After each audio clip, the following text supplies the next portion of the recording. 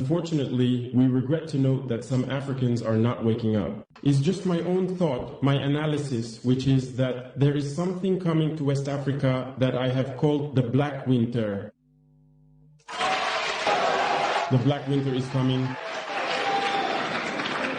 It will be a very, very cold winter indeed. A truly bloody winter. A profoundly deadly winter. You might understandably ask me why. Well, let me explain. So what will become of Pan-Africanism when winter comes? Winter will come because war is spreading to West Africa. The imperialists are doing everything they can to set West Africa ablaze. But from the highest levels of the state to certain segments of the population, either we pretend not to see the danger coming, or we ourselves are complicit in what is about to happen.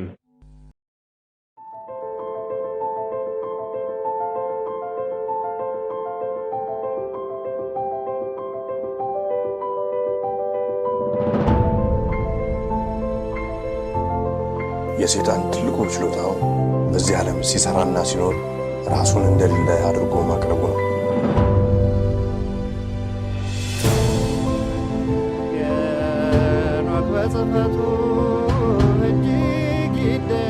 The Ethiopians slept near 1,000 years, forgetful of the world by whom they were forgotten.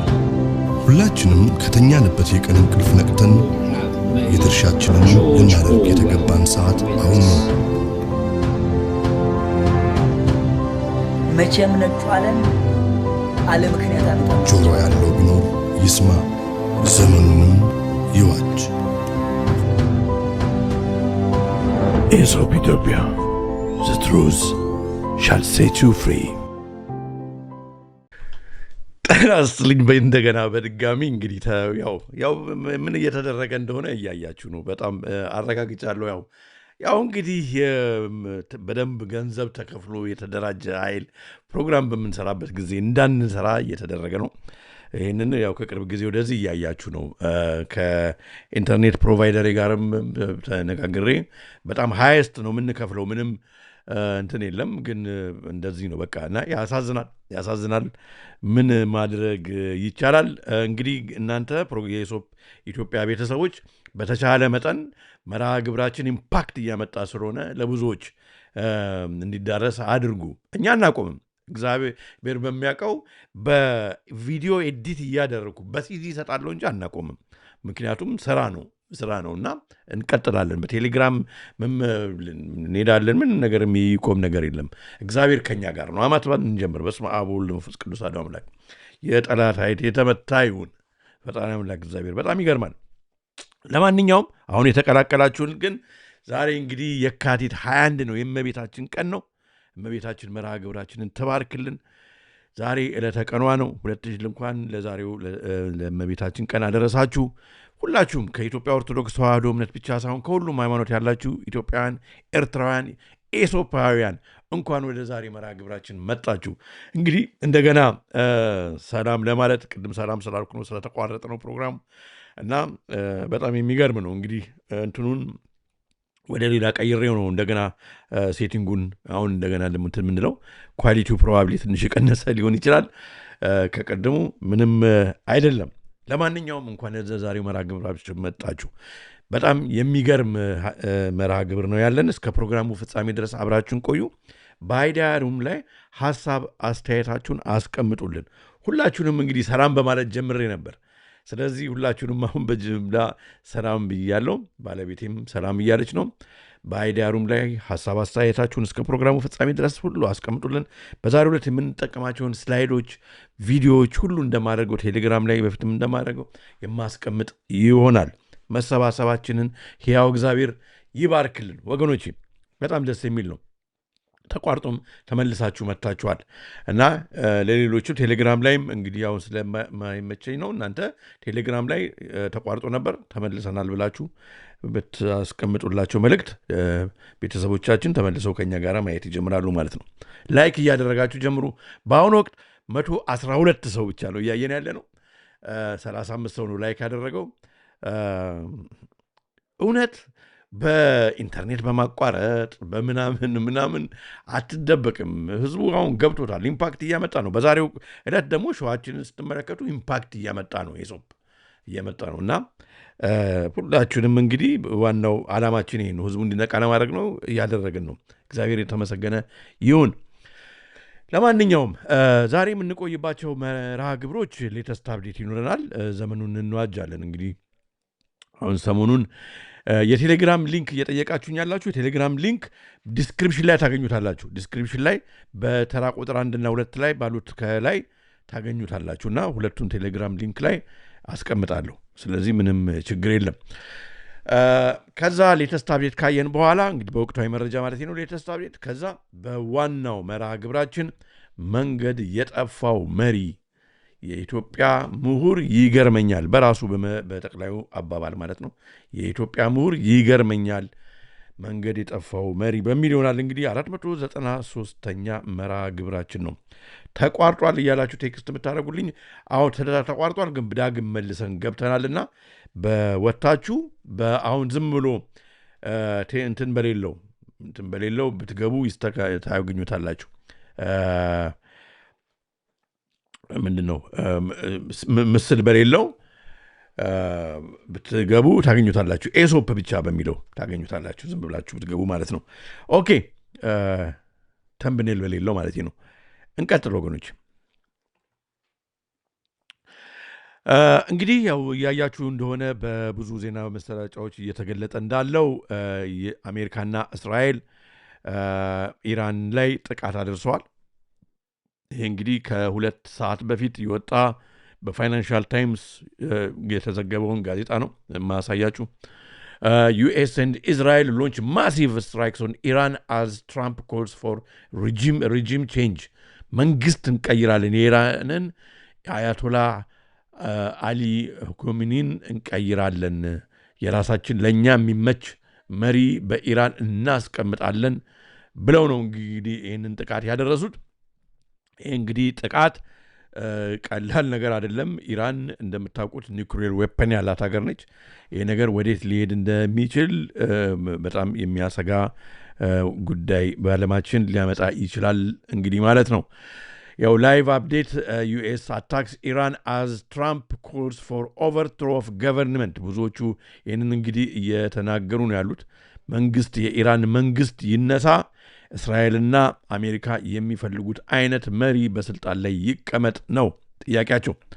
በዚህ ጉዳይ ላይ ረጅም ንግግር አድርጓል። ግን እንደው አጠር ያለውን ለማስደመጥ ያክል A short time ago, the United States military began major combat operations in Iran. Our objective is to defend the American people by eliminating imminent threats from the Iranian. እዚህ ጋር ABA የቴሌግራም ሊንኩ አይከፈትም ይላል። እኔ አሁን ላይቭ ላይ ስላለው ነው። የምትችሉ ሰዎች ቴሌግራም ላይ ሄዳችሁ ሊንኩን እባካችሁ አይዲያ ሩም ላይ እንደምታደርጉለት ደጋግሞ እየጠየቀ ስለሆነ ነው። ABA regime, a vicious group of very hard, terrible people. Its menacing activities directly endanger the United States, our troops, our bases overseas, and our allies throughout the world. For 47 years, the Iranian regime has chanted death to America and waged an unending campaign of bloodshed and mass murder, targeting the United States, our troops, and the innocent people in many, many countries.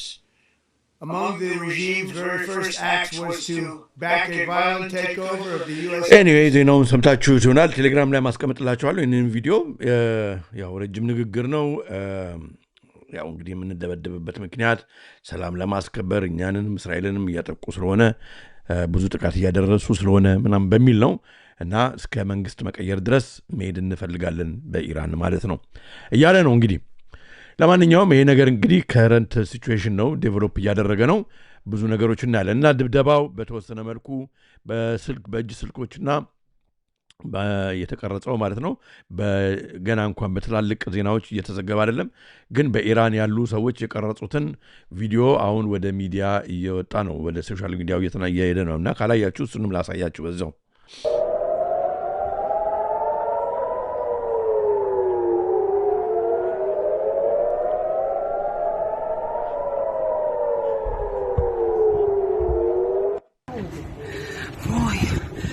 베이토 사단. 오이. 나의 사단.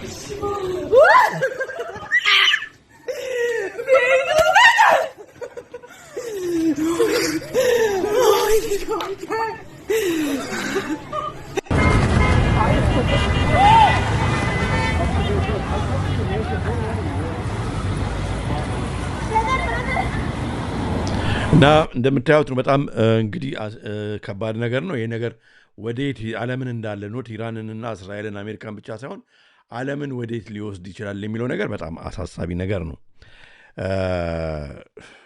እንግዲህ ይህንን በሂደት የምናየው ነው፣ ግን አሳሳቢ ሁኔታ ነው ያለችው። ይህ ታዲያ ስናይ ከዚህ በፊት እንግዲህ እንደምታውቁት በዶናልድ ራምስፌልድ በጆርጅ ቡሽ ጁኒየር ጊዜ ማለት ነው የነበረው ጀነራል እንደተናገረው ኢራቅ ለምን እንደተደበደበች፣ አፍጋኒስታን ለምን እንደተደበደበች እንደተወረረች፣ ከዛ በሊቢያም በሌሎችም ሀገሮች እስከ ሱዳን ድረስ ያለው ነገር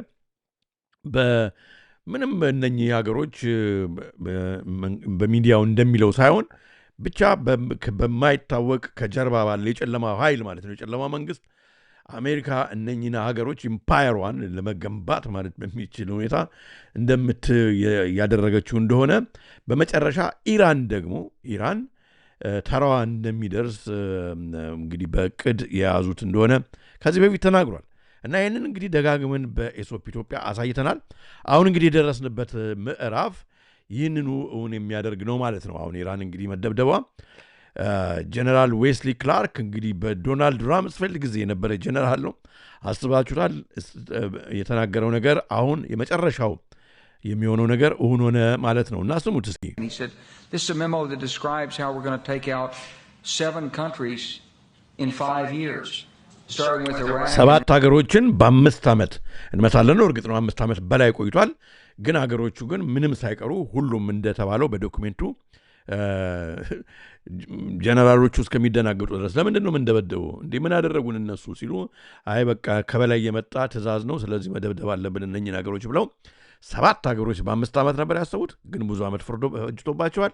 ያው እንግዲህ ግን ያሉትን ጠብቀው አድርገዋል ማለት ነው። በዛሬው Syria, Lebanon, Libya, Somalia, Sudan and finishing off Iran.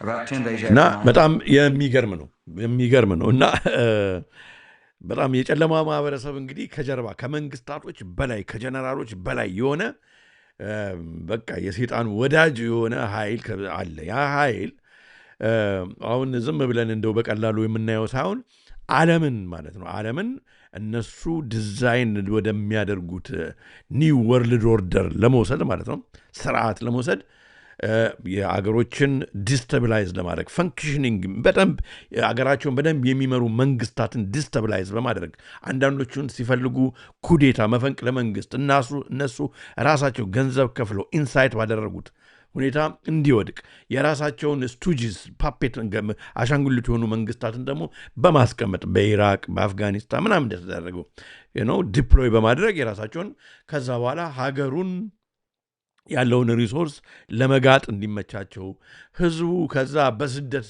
ሀገሩ ያው እንግዲህ ያው የሚቃወሙ ሰዎች ደግሞ ይኖራሉ።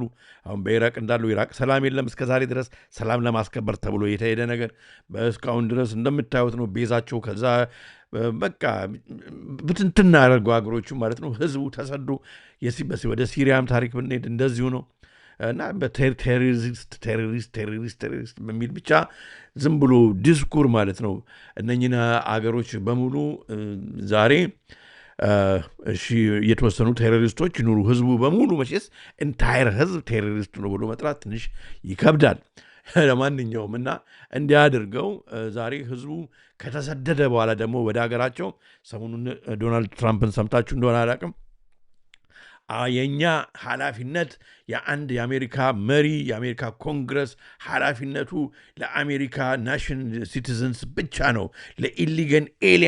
ለኢሊጋል ለሆኑ ኤሊያንሶች እንግዲህ በቦምብ ደብድበው ሀገሮቹን ህዝቡ ከተፈናቀለ ከተሰደደ በኋላ እናቶች ህፃናቶችን ይዘው አሮጊቶች ሽማግሌዎች እንደምን ብለው በቃ ከወጡ በኋላ እነሱ ሀገር ደግሞ ወዴት ሂዱ ከደረሱ በኋላ ደግሞ ስም ሌላ በፊት ቴሮሪስት፣ አሁን ደግሞ ኢሊጋል ኤሊያንስ የሚባል ከበቃ አድርገው ከዛ በዝኒያውን በምናገረው ነገር የምታምኑ ተነስታችሁ አጨብጭቡ ሲባል አሜሪካ ኮንግረስ ውስጥ ራሱ አይታችኋል እንግዲህ ቪዲዮን ብዬ አስባለሁ።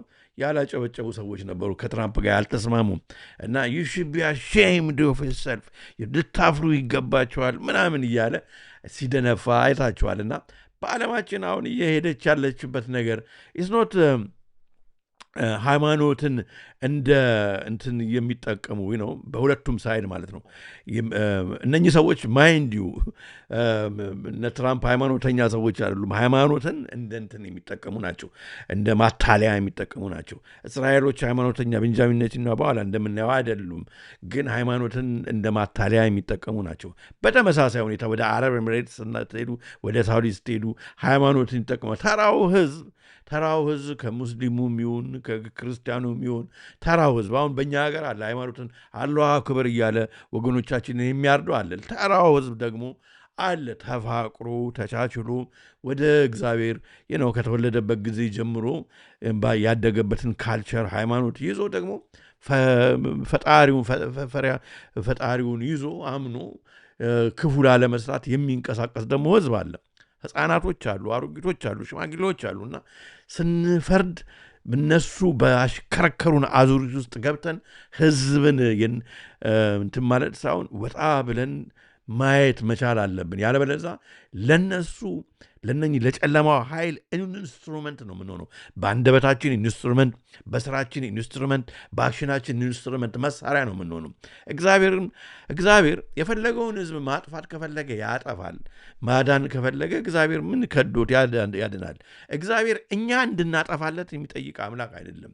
እግዚአብሔር ቢሆን እኛ ከማንኛውም አይነት ሃይማኖት የሆኑ የዓለምን ህዝብ ልንወደው ልናከብረው በሃይማኖታችን የእግዚአብሔር ስራ የሚገለጽብን የአምላክ ስራ የሚገለጽብን የፈጣሪ አምባሳደሮች እንድንሆን ነው ወደዚህ ዓለም የተጠራ ነው እንጂ እኛ በራሳችን ትናንሽ ፈጣሪዎች ልንሆን በማንኛውም የዓለም ህዝብ ላይ አልተጠራንም።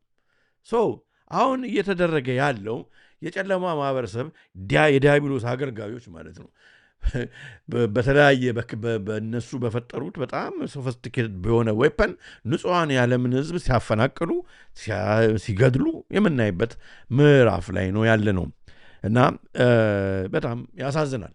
ታዲያ ይህንን ተከትሎ ማለት ነው ወገኖቼ እንግዲህ ሁልጊዜ ጦርነት በሚቀሰቀስበት ጊዜ የትራቭል አለርት አለ አይደለም። ጉዞ እንግዲህ ወደ ሚድል ኢስት ትራቭል አድቫይዘሪ ከልክሏል ዩኤስ። ምክንያቱም እንግዲህ ዩኤስ እና እስራኤል አታክ ሎንች ስላደረጉ ማለት ነው። ስለዚህ የሚድል ኢስት በረራ በማንኛውም አይነት ፎርም ተከልክሏል ማለት ነው። ይሄ እንደምታዩት በዛሬ ቀን በፌብሩዋሪ 28 አለም ዛሬ በዛሬው ቀን እንግዲህ ሚድል ኢስት ትራቭል አድቫይዘሪ ያወጣው ነው። ብዙ ሀገሮች ወደ ሚድል ኢስት አትብረሩ ብለዋል።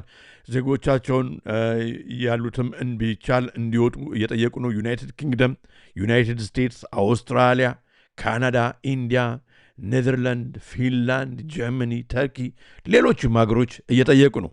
ሀገራችንን ኢትዮጵያም በኢትዮጵያ አየር መንገድ ፍላይት ሰስፔንድ ማድረጉን ተናግሯል። አሁን ከተወሰነ ሰዓት በፊት የወጣ ነው ይሄ announcement. Due to the current security situation in the Middle East, Ethiopian Airlines is cancelling some of its flights to and from the region.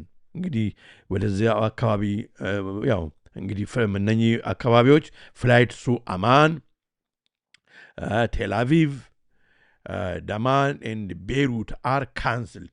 እስራኤል መሄድም ወደ ቴል-አቪቭ መሄድም አይቻልም። ምክንያቱም እንግዲህ የመልስ ምት ከኢራን ቢመጣ መልስ ጥቃት ማለት በማሰብ ነው። እና እንግዲህ ነገሮች እየተባባሱ ነው ማለት ነው። ከብዙ የዓለም ክፍል ከኢትዮጵያ ከአርባ ምንጭ ጭምር እያየን ነው እያላችሁ ነው። እግዚአብሔር የተመሰገነ ይሁን። ተቋርጦም እንኳን ተመልሰንም የሰራዊት ጌታ እግዚአብሔር ክብር ምስጋና ይግባውና በአሁኑ ወቅት 205 ሰው በላይቭ እያየን ነው። 110 ሰው ብቻ ላይክ አድርጓል። ፕሮግራሙን እየጠላችሁት እኔንም እየጠላችሁ ምናምን ቢሆን ምንም ችግር የለውም። ግን እየወደዳችሁት ዘንግታችሁ ከሆነ ላይክ ብታደርጉ ዩቲዩብ ለብዙዎች እንዲዳረስ ደግሞ ያደርግልናልና እሱም ማድረግ አትዘንጉ። ሀሳብ አስተያየታችሁን በአይዲያ ሩም ላይ አስቀምጡልን ወገኖቼ። በጣም የሚገርም ነው። ታዲያ እንግዲህ ይህንን የሌተስት አፕዴት በአሁን በኢራንና በእስራኤል ጉዳይ ላይ ይህንን ካልኳችሁ ከዛ በሌተስት አፕዴት በወቅታዊ መረጃ ማለት ነው በ19 ዛሬ እንግዲህ ከሳምንት በፊት ማለት ነው ማርኮ ሩቢዮ የተናገረው ነገር የዓለምን ሕዝብ በጣም የሚያስገርም ሆኖ ተገኝቷል። በጣም የሚገርም ነው። አሁን የዶናልድ ትራምፕ የሰበሰባቸው ሰዎች በሙሉ እንደምታውቁት የእስራኤል የዛዮኒስቱ ፓርቲ ምንትኖች ናቸው። በቃ ደጋፊዎች ናቸው ሁሉም። ስለዚህ ትራምፕ ማንን ነው የሚያገለግለው፣ ለማን ነው የሚሰራው የሚለው ነገር ምንም የሚያሻማ አይደለም እና የሚያሻማ አይደለም። ከነኚህ ሰዎች አንዱ እንግዲህ ማርኮ ሩቢዮ ነው። ማርኮ ሩቢዮ አሁን በጣም የሚገርም ነው። የአሜሪካ አላይ የተባሉትን ሰብስቦ ማለት ነው ሀገራቶች መሪዎች ሰብስቦ እንግዲህ ያው ጓደኞቻችን እኛ ላይ ጥቃት ቢደርስ ለሚቆሙልን እኛም ለነሱ የምንቆሙ አላይ የሚባሉ አለ አይደል? አሁን እነሱን ሰብስቦ የግዛት ማስፋፋት ዓለምን የመቆጣጠር ይሄ this is now እንግዲህ ኮሎናይዜሽን ማለት ነው ዲክሌር አድርጓል እና የእኛን በጣም የሚገርም ነው። አወር ኤምፓየር ካሁን በኋላ እክል አጋጥሞት ናቹራል ሪሶርስስ በማጣት ማደግ ያለብን ደረጃ ላይ እንዳንደርስ መከልከል የለብንም እና እናንተም እንደዛ መሰለኝ የምታስቡት። ስለዚህ አብረን ይህንን ሉዓላዊነት የሚለው ቃል እንኳን አብሮ የበላይነታችንን የመንጠቅ ባህላችንን ድሮ ስናደርግ የነበረው እየሄድን በእንግሊዞች ግዛታቸውን ሲያስፋፉ እንደነበረው፣ ጣሊያኖች ሲያስፋፉ እንደነበረው፣ ፈረንሳዮች በቀኝ ግዛት ሲያስፋፉ እንደነበረው አሁን የገባንበት ምዕራፍ እሱን የሚጠይቅ ነውና አብረን ተባብረን ማድረግ መቻል አለብን። ሌሎች እንደ ቻይና፣ ራሻ ምናምን ያንን ያለምን እንትን ከመንግስታት ጋር አብረው እየሰሩ ሪሶርስ ሲወስዱ እንደ ባይ ስታንደርድ ዝም ብለን ቁጭ ብለን የበይ ተመልካች ልንሆን አይገባም ብሏል። እንደዚህ ሲናገሩ እንዴት በጣም ይገርማል። በፊት ለፊት ሩቢዮ ዲክለርድ ሪተርን ቱ ብሩታል ዌስተርን ኮሎኒያሊዝም ኤንድ ዩሮፕ አፕሎድድ የአውሮፓ መሪዎች አጨበጨቡ። ኢን ሚኒክ ነው እንግዲህ ጀርመኒ የተናገረው። the US announced its intent to crush all opposition to its permanent status as imperial top dog. በጣም የሚገርም እኮ ነው።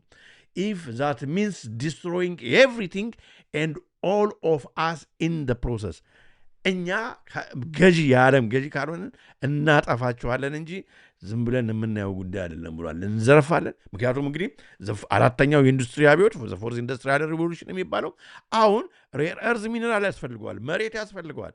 NSSM 200 አፍሪካ የራሷን ሪሶርስ ማውጣት ከጀመረች እኛ ማደግ የምንፈልገውን ኢንቪዥን የምናደርገውን ህልም ወደፊት ላናገኝ ነው። ስለዚህ አፍሪካኖች ከሪሶርሶቻቸው ጋር ከርሰ ምድር ላይ ያላቸውን ሀብት ጋር እጃቸው መድረስ የለበትም፣ ሊዘረጉ አይገባም። የራሳቸውን እኮ ነው ሁል ጊዜ በእኛ ላይ እኛን እያዩ ከእኛን ጥብጣቤ እያገኙ እርዳታ እንትን ያሉ እንዲኖሩ ነው የሚፈለገው ነው። በሌላ አነጋገር አውሮፓውያኖቹም ዘሴም ቪዥን ያላቸው። ስለዚህ አጨበጨቡ፣ ዋው ደስ አላቸው። በጣም የሚገርም ነው። እስኪ የሚናገረውን እንስማና ባጭሩ አምጥቼዋለሁ እዚህ ጋር። ከዛ በኋላ እንቀጥላለን ማለት ነው። እስኪ ማርኮ ሩቢዮ ይንገረን እስኪ what is he saying? For 5 centuries before the end of the Second World War, the West had been expanded. Its missionaries, its pilgrims, its soldiers, its explorers pouring out from its shores to cross oceans, settle new continents, build vast empires extending out across the globe. But in 1945, for the first time since the age of Columbus, it was contracting. The great Western empires had entered into terminal decline accelerated by godless.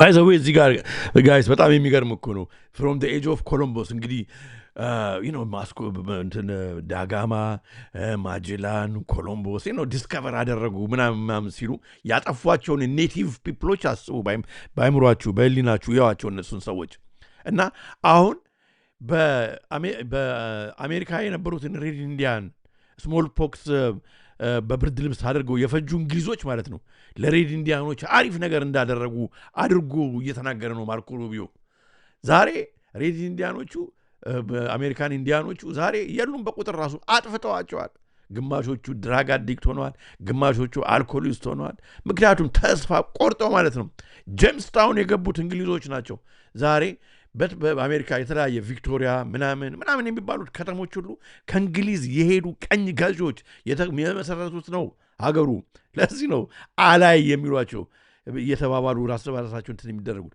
አሁን አሪፍ እንዳደረጉ ክርስትናን እነሱ እንደፈጠሩ እነሱ ክርስቲያን እንደሆኑ አስመስለው የሚናገሩት ነገር በጣም ያማል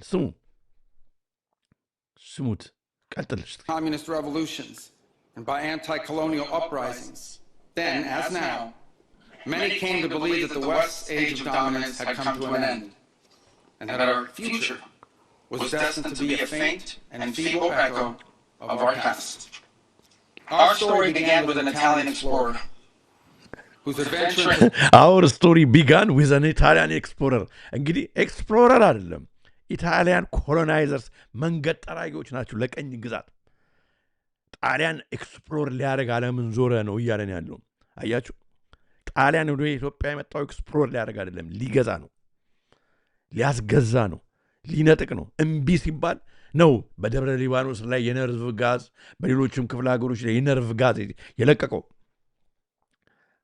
በጣም ይገርማል great unknown to discover a new world brought Christianity to the Americas and became brought Christianity to America ክርስቲያን ነው በብላኬት ስሞል ፎክስ አድርጎ በሽታ ክርስቲያን የሆነ አገዛዝ ነው ህዝቡን የሚጨርስ ያው they lie through their teeth በጥርሳቸው መካከል መርዝ አለ these people እነኚህ ናቸው አሁን የኒው ወርልድ ኦርደርን የሚያውጁልን ስሙ the legend that defined the imagination of our pioneer nation. Our first colonies were built by English settlers. Yes. Our first nations were built by English settlers. Jamestown ያልኳችሁ እሱን ነው ሄደው እንትን ያደረጉት እነሱ ናቸው ሬድ ኢንዲያኖችን የገደሉት ከዛ በኋላ የሆነው ነገር የገቡ ከሌሎች ከአፍሪካ ከሌላ ጥጥ እርሻ እንዲያለሙላቸው ወደ ዌስት ኢንዲስ የላኳቸው ምናምን በሙሉ ለጉልበት ጥቁሩን ህዝብ እነሱ መስራት ስለማይችሉ ፈልጉ ነጮቹ በዛ ነው አሜሪካ የተቆረቆረችው በስንት ጥቁር ህዝብ በህንዶቹ በጥቁሮቹ መሞት ነው አጥንት ላይ ነው እንግሊዝም እንደዛው ሌላውም አውሮፓ እንደዛ ነው ግን ጠቅመዋቸው ዛሬ እነሱ ላይፋቸውን አፕሊፍት አድርጋለሁ ኢሊቬት አድርገው ጥቁሮቹ ዛሬ የሚፈልጉበት ደረጃ ነው የደረሱት አይደለም ስለዚህ ዝም ብሎ አሁን ጥቁሩ ዛሬ ዝም ብለን ጥቁሩን ስንኮንን ማለት ነው እኮ እዚህ ሆኖ ድራግ አዲክት ሆኖ እዚህ ሆኖ እኮ እንደዚህ ሆነ ሲባል because history የአንድ ሰው ሜካፕ ከታች ጀምሮ ነው የሚጀምረው እነሱ አልጋ ባልጋ ሆኖላቸው ነው ገንዘቡን ባንኩን ሁሉን ላይፉን ሁሉንም ህንፃውን ሀብቱን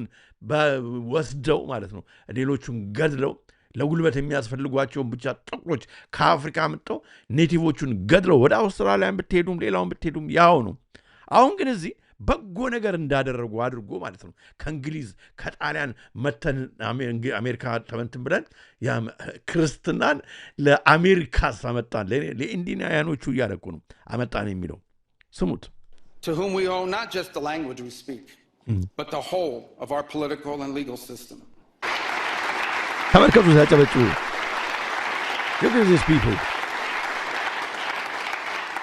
anyway እተውላችኋለሁ በጣም ይገርማል እና I'm so glad that so many people so he's በቃ የባብ አነጋገሩን አይተው this is what ትራምፕ አስተዳደር የቆመው ለዚህ ነው ማን ነው አሁን ስለዚህ ወገኖች አንድ ነገር እዚህ ጋር መናገር ፈልጋለሁ እስራኤል መንግስት በምትመለከቱበት ጊዜ መጽሐፍ ቅዱሳዊ የሆነውን እስራኤል ህዝብ አትመልከቱ ወገኖች ሃይማኖተኞች አይደሉም እነኚህ ከየት እንደመጡም ራሱ እሱን እንመጣበታለን አይደለም እነኚህ በጣም ሊንክ ያላቸው ከድሮ ማለት ነው ከድሮ የተገናኙ የሚገርሙ አይነት ብሪዶች ናቸው this people አሁን ዓለምን እያጠፉ ያሉ ጥቁሩን ህዝብ ሌላውን በቃ ሰላም የሚወደውን ህዝብ እየጨረሱ ያሉ ግዛታቸውን እያስፋፉ ያሉ በሃይማኖት ስም የሚንቀሳቀሱ ናቸው it's not about አሜሪካን ስንናገር የአሜሪካ ህዝብ የኛ ወገኖች ይኖራሉ እኮ እንደሱ እያልን አይደለም ፓወር ስትራክቸሩ የሚቆጣጠሩት ሰዎች ያንን ሴክተር ነው በጣም የሚገርሙ ኤሊቶቹን ነው የተወሰኑ ቤተሰቦች ናቸው በዓለም ላይ አይደለም እንደዚህ የሚያደርጉት እሱን እያለን ያለ ነው ለማንኛውም እንቀጥል ካዳ ከዚህ ጋር በተገናኘ አንዳንድ ልካችሁልኝ ነበር በዚህ ጉዳይ ላይ ኮሜንት እንዳደርግ ብዙ ነገር በዚህ በወንድማችን በተናገረውና ፕሮግራሙ ላይ ብዙ መናገር ባልፈልግም ግን ማለት ነው ባልፈልግም አንዳንድ ነገሮች አያለው እንግዲህ ከዚህ በፊት ወንድማችን የእግረኛው አዘጋጅ ማለት ነው ተክለ ሃይማኖት ወደ እስራኤል ሄዶ የከነሰት አባሏን ቤተ እስራኤሏን አይሁዷን ጠይቆ ነበረ የተናገረችው ማንም እስራኤል ኢትዮጵያዊ ሆኖ እስራኤልን ሊናገር አይገባም ቴሮሪስት ካልሆነ ነው አባባሏ whatever እንደዛ ነው እሱም እንግዲህ ያው በተወሰነ መልኩ ኩረስኩስ ላደርግ ሞክሯል ከዛ በኋላ ያሉ ነገሮችን የሱም ብቻ ሳይሆን የሌሎች ሰዎችንም አካሄድ እያየ ነው አሁን ምንድነው የእስራኤል መንግስት በግሬተር እስራኤል ፕሮጀክት ብሎ በቀደው አጀንዳ ላይ የአባይንም ወንዝ ጨምሮ ግድቡንም ጨምሮ የኢትዮጵያንም ሪሶርስ ጨምሮ ያው እንግዲህ የእስራኤል ፕላን የአሜሪካ ፕላን ነው የአውሮፓኖቹ ፕላን ነው ያ ፕሮጀክት ግሬተር እስራኤል ፕሮጀክት በሚሆንበት ጊዜ ህዝቡ ግሪስ አንተን ምንድነው ግራሱ መደረግ አለበት እንደሚባለው ሶቱ ስፊክስ we need to be greased up ማለት በአፍ ባንደበት እኛ እኮ እንደናንተ ነን እናንተ እኮ እንደኛ ናችሁ ምናምን የሚላል ሬቶሪክ አለ አይደለም ሊነገረው ይገባልና በተቻለ መጠን ደግሞ እነሱ አሁን የሚደበድቧቸው ሀገሮችን እኛም ተደምረን እንድንጠላ እነሱ የሚወዷቸው ሀገሮችን እኛም ተደምረን እንድንወድ የሚደረግ አይነት የሆነ ሳይኦፕ እየተሰራ መሆኑን መቼስ አይጠፋችሁም ታያላችሁ በሀገር ውስጥም አሉ በውጭም አሉ ይሄንን የሚሰሩ ሰዎች ወንድማችን አስተች እንደዛ ነው እያልኩ አይደለም ግን ማለት ነው ግን ይሄን ባንድ ቪዲዮ በማሳየት አሳይቸው ይናገራልና ቪዲዮ እንወጣለን ምክንያቱም ማን ነው ትክክለኛው አይሁድ ማን ነው ትክክለኛው አይሁድ ማን ነው የሚለው ጥያቄ ማለት ነው ወገኖቼ በ1948 እስራኤል ስትመሰረት አካባቢ እንግዲህ አሁን ከብዙ አካባቢ መተው አሁን የመተዋቸው ነጮች አሉ እንደገና ደግሞ የኛ ወገኖች ደግሞ ቤተ እስራኤሎች ደግሞ አሉ ቤተ እስራኤሎቹ የሚመስሉት እንግዲህ እኛን ነው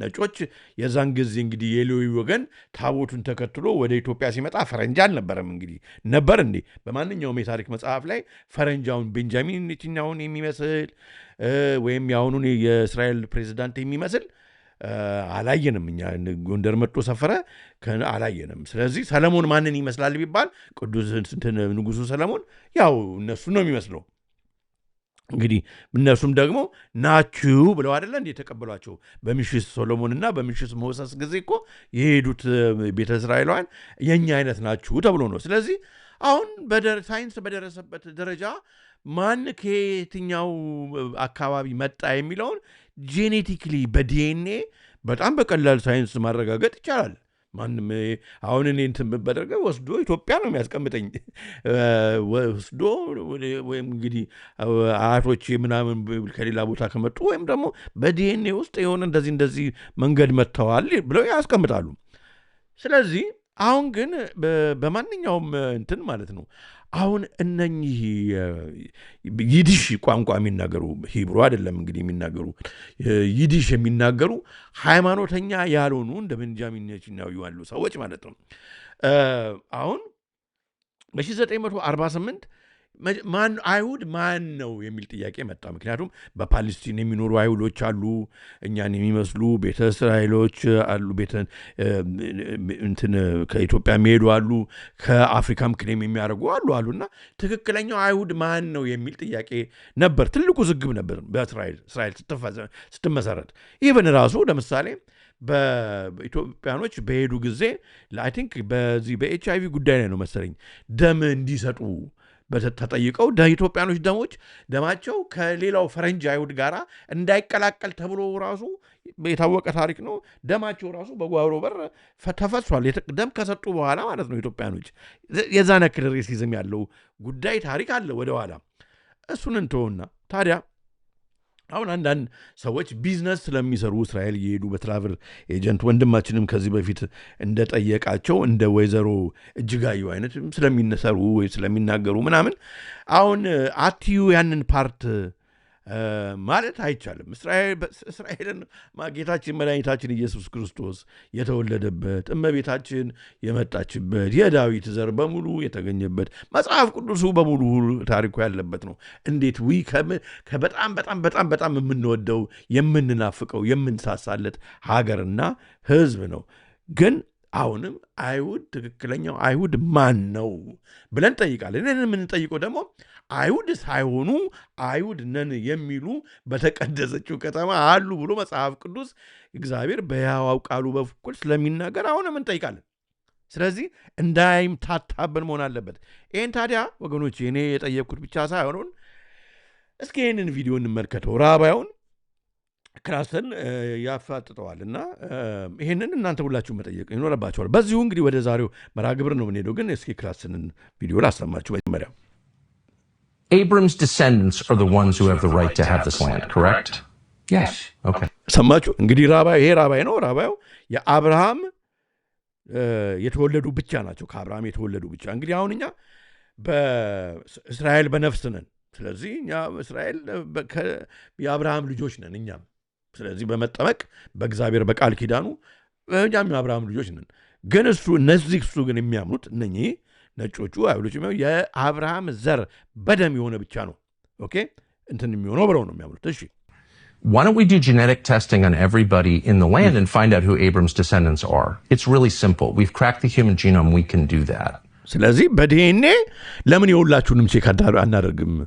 እናንተ የእውነት የአብርሃም ልጆች መሆናችሁን በዲኤንኤ መረጋገጥ ይችላል። ለምን ቼክ አናደርግም እያሉ ነው። Why don't we do that? Would you be against doing that? I have no idea what that would... እንደዚህ ነው። አሁን እኔ የምጠይቃችሁ ማለት ነው። አሁን ወንድማችን የጠየቃት ለእስራኤል ከነሰት የምትሰራው እህታችን ቤተ እስራኤል ወገን የሆነችው አለች አይደል? ኢትዮጵያም እስራኤላዊ የሆነችውን እሷንና የቤንጃሚን ኔታንያሁ ዲኤንኤ ቼክ ቢደረግ አንድ አይደለም፣ በቃ አይደለም። ስለዚህ ይሄንን ነው እኮ I mean, maybe it would be... What do you mean? It would prove who Abram's descendants are and who has a right to live here and who doesn't according to the theology. ሐሳዊ መሲህ ማንገስ ነው። ትክክል። ሐሳዊ መሲህ እንግዲህ ሐሳዊ የተባለው ለዛም ሊሆን ይችላል። Just what he's asking. That you yourself just explained. And so I'm very confused as to why we don't do that. If you believe the theology that you've just explained to me, would we do that all over the world? Well, and everybody this is the only country in the world that you've said has this covenant with God, that this people have a moral and legal right. በቃ አስቀምጥላቸዋለሁ ቪዲዮን ብዙ ነገር ከበር ማድረግ ስላለብን እንደዚህ አድርጎ ማስቀመጥን መጠየቅ ነው። በቃ በዲኤንኤ ቼክ ማድረግ ነው ከሆነ ምንም ግን አይደሉም። ቢኤንኤ ነው ዱዛት ገባችሁ? ይህንን እስራኤላዊ ምናምን የሚለውም ማለት ነው። መጀመሪያ ነገር እስራኤል የዘር ስም ነው። እስራኤል የሀገር ስም ተደርጎ የተቀመጠው 1948 ነው። ከዛ በፊት ጀሩሳሌም ነው ያለው እንጂ እስራኤል የሚባል የዘር ስም ነው እንጂ ከእንግዲህ ከአስሩ ነገድ እንትን ነው እንጂ አይደለም። ያለበለዛ አሁን እስኪ ቴስት ይደረግ ሲባል አይፈልጉም። ደግሞ ዛት ዓላማቸው ሌላ ነው፣ ማንነታቸው ሌላ ነው። እስራኤል ሳይሆኑ እስራኤል ብለው ቁጭ ያሉ ናቸው። እና ቤተ እስራኤሎቹ ኢትዮጵያውያኖቹ እስራኤሎች የሆኑት እናንተ ናችሁ ነው የምንለው። እናንተ እስራኤሎች ናችሁ፣ እነሱ አይደሉም። ስለዚህ ለእስራኤል ላልሆኑ እንትን እያላቸው ዓላማቸው እነሱ መጀመሪያም ነገር ሃይማኖቱ አይደለም ስለምናምኑ አይደለም የሆኑ አሉ፣ ያልሆኑት ናቸው። ግን አሁን እስራኤልን ከመጀመሪያው ጀምረው እነኚህ በተለይ አሽከናዚዎቹ የሚባሉት ይዘው ነው እንትን እያደረጉ ያሉት አይደል እንዴ? ስለዚህ እሱን በደንብ እንትን ማለት አለብን። አዎ ሃይማኖት ከዚህናም ከዚህም እንዲህ ተደርጎ ከዛ በኋላ ህዝብ እየተፋጨበት ነው። የሴጣን ስራው ምን ሆነና ይህ አይደል እንዴ? ከመጀመሪያውም ጀምሮ እሱን ነው ማለት የምችለው በዚህ ጉዳይ ላይ ከዚህ በላይ ማለትም አልፈልግም። ሁሉም እንግዲህ ባለበት he roasted የሚላል አንተ ነው he roasted በቃ ፊት ለፊት ራባያዎቹን እንደዚህ አድርጋችሁ መጠየቅ ነው። ከዛ መልሱ ይገኛል። ዝም ብሎ አንዳንድ ሰው ብዙ ጊዜ ነው የሚያጋጥመኝ ሶሪ እንዳላስረዝመው አለልኝ እስራኤሎችን አትወድም እንዴ እመቤታችን አረ እንደዛ አይደለም ወገኔ እንዴ አንገቴ ላይ መስቀል አድርጌ ጌታችን የተሰቀለበት በቀራንዮ እዛ ነው እያልኩ ጌታችንን የወለደችልን እመቤታችን ቅድስተ ቅዱሳን ማኅደረ መለኮት የጌታችን እናት እዛ ነው መሰረቷ የዳዊት ዘር በሙሉ እዛ ነው እያል እንዴት ነው እንደዚህ አይነት አስተሳሰብ የለንም። ሳይሆኑ የሆኑ አሉ በቃ ሳይሆኑ አለ መጽሐፍ እኮ። ስለዚህ እነሱ መርምሮን ማወቅ መቻል አለብን። ዝም ብሎ ሚዲያ እንደዚህ ስላደረገ አይደለም። በዳዊት ጊዜ ወደ ኋላ በምትሄዱ ጊዜ ጽላቱ እግዚአብሔር አብሮ ነው የሚወጣው። አሁን እኮ በከባድ መሳሪያ በቴክኖሎጂ በቦምብ በኒውክሌር ዌፐን በሳተላይት በሚሳይል ምናምን እንደዛ ነው እንዴ በአንድ ጠጠር በዳዊት በፍሪዛ ተደርጎ እኮ ነው እንግዲህ ይታያችሁ ያንን የማይል ጃይንት የወደቀው። ምክንያቱም መታመኛቸው በእግዚአብሔር ኃይል ስለሆነ ዳዊት እኮ ጎልያድን እኮ የጣለው በእግዚአብሔር ኃይል ነው እንጂ በዳዊት ኃይል እኮ አይደለም። አሁን እኮ በመሳሪያ ኃይል ነው እኮ በአሜሪካ ኃይል እኮ ነው። እንደዚህ አይደለም። ስለዚህ አናምታታው መጽሐፍ ቅዱሱንና እንትኑን እንደዛ አድርገን መኖር አለብን ለማለት ነው። ለማንኛውም የኔ ምልከታ ነው። ተስማማላችሁ? በዚሁ ወደ ዛሬው ዋነኛው መርሃ ግብራችን እንሄዳለን ማለት ነው። የኢትዮጵያ ምሁር ይገርመኛል ብለዋል።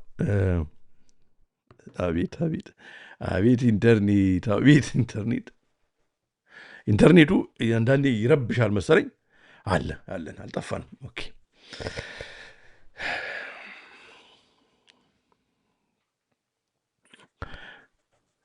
ተቋረጠን። ቢቋረጥም እንግዲህ እግዚአብሔር ይገስጽልን። በዚሁ ወደ ዛሬው ዋነኛ መርሃ ግብር እንሄዳለን። መሰባሰባችንን ሕያው እግዚአብሔር ይባርክልን መሰባሰባችን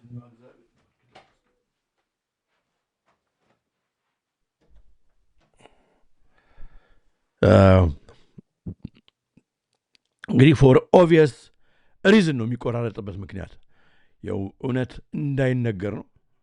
እንዳይነገር ነው። ያው ግን ተመልሷል። እንግዲህ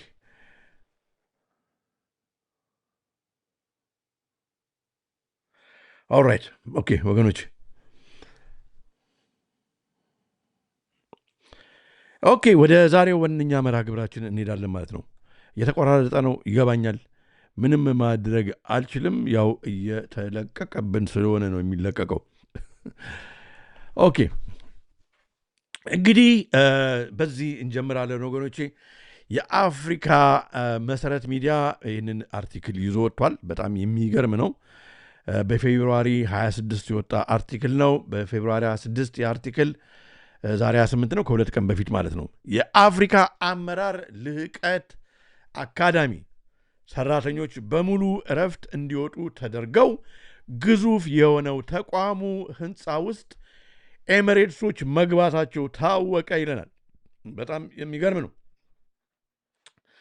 ባይዘዌ ወገኖች የሚገርማችሁ ነገር ይህንን ቦታ ከዚህ በፊት ኢትዮጵያ በነበርኩ ጊዜ አውቀዋለሁ።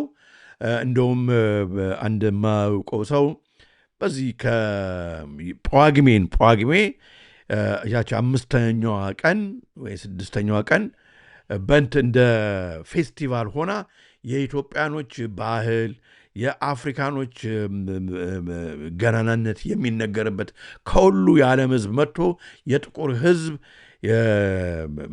የበላይነት፣ ሉዓላዊነት፣ ማንነት፣ የኩራት መገለጫ የሚሆንበት የሚታይበት እንደ ኤክስፖ ፌስቲቫል ምናምን ይሁን ታሪክ የሚነገርበት በሚል ተመላልሼ ዲስከሽን አድርጌ ነበር። አካባቢውንም ቀርጬ ነበር እና በዛ ነው ማቀው ይህንን ቦታ።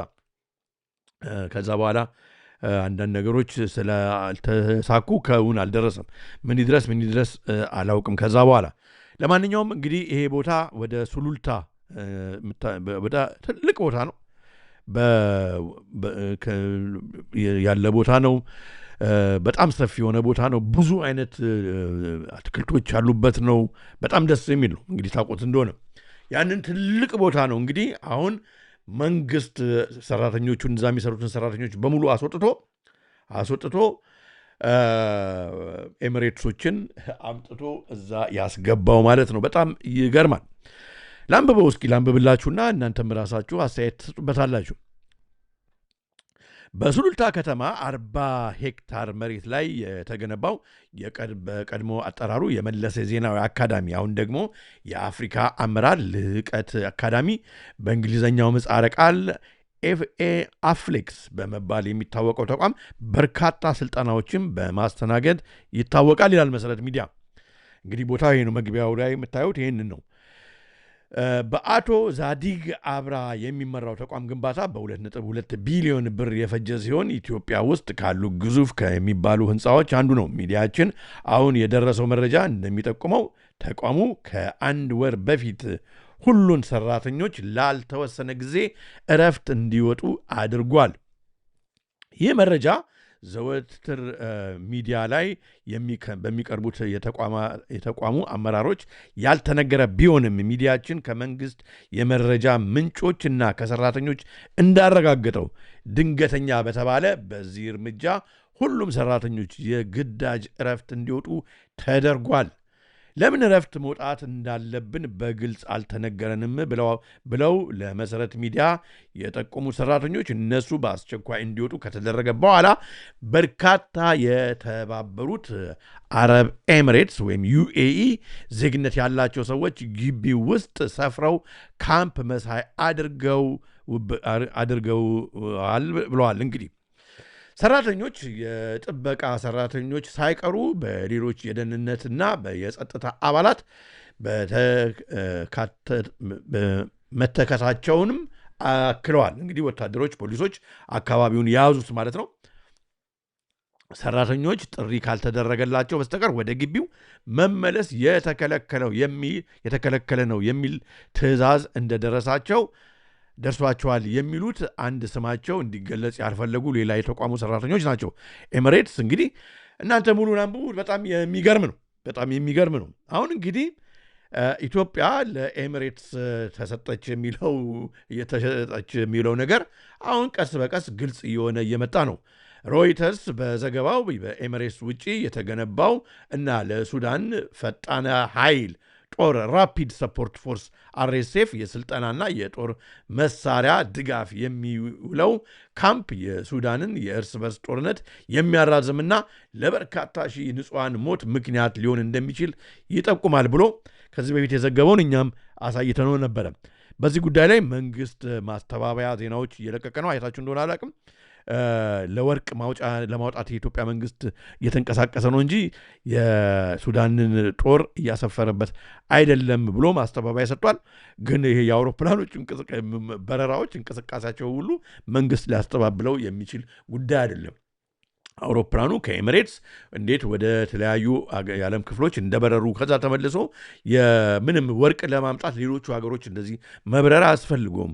ከዛ በሮ ተመልሶ እንደገና ደግሞ እዛ የተባለው ቦታ ላይ እንደሚያርፍ ፍላይት ትራከር ተደርጎ የተዘገበ ዜና ነው። ሁሉም ሰው ማረጋገጥ የሚችለው ዜና ስለሆነ ማስተባበሉ አልሰራለትም ለመንግስት። ለማንኛውም እንግዲህ መንግስት አሁን እየሄደበት ያለው ጉዳይ በራሱ ጭንቅላት አገሪቷን እየመራ ሳይሆን በአረቦች ኢንፍሉዌንስ ብሎም ዛሬ ደግሞ የምናየው ደግሞ በአይኤምኤፍ እና ወርልድ ባንክ በቢሊዮነሮቹ በጨለማ ማህበረሰብ አይምሮ አገራችን እየተመራች መሆኑን የምናይበት መርሃ ግብር ነው ማለት ነው። ይሄ ከዚህ ጋር በተጨማሪ በዚሁ በፌብሩዋሪ ወር የወጣ ሌላ አርቲክል ኮሪደር ልማት ኢኮኖሚ አይገነባም፣ ለሀገር ጥሩ ነው፣ ደስ ይላል፣ ኢትዮጵያ አዲስ አበባን ያሳምራታል፣ ግን ኮሪደር ልማት ሀገር አይገነባም በሚል ርዕስ ይዞት የወጣው አርቲክል ለዛሬ ዋና መርሃ ግብራችን እንደ መንደርደሪያ ይሆናል ብዬ ስላሰብኩት እዚህ ጋር ባጭሩ አምጥቼዋለሁ። ነን ኦፍ ዚስ ኢዝ ቱ ዲስሚስ ይላል ይሄ ጋዜጣ። አርበን ዴቨሎፕመንት የከተማ እድገትን ለመቃወም ለመንቀፍ አይደለም ይላል። ሲቲስ አር ኢንጂንስ ኦፍ ኢኖቬሽን ኤንድ ግሮዝ። ከተማ ሲያድግ ብዙ ነገሮች ከተማን የሚያሳድጉ ነገሮች ይኖራሉ፣ ስራ ይፈጠራል ምናምን፣ እሱ እንዳለ ሆኖ ይላል። ኢትዮጵያስ urbanization is inevitable and must be managed። ኢትዮጵያ አርባናይዜሽን ከተማዋ መዋብ አለበት፣ ማደግ አለበት፣ ህንፃዎች መገንባት አለባቸው፣ ሳኒተሪው ሁሉ ነገር መስተካከል መቻል አለበት። ማንም የተቃወመ ሰው የለም እያለ ነው። ከዛ በት ይመጣል እንግዲህ ግን ይልና አርቲክሉ ረዘም ያለ አርቲክል ነው፣ ሊንኩን አስቀምጬላችኋለሁ።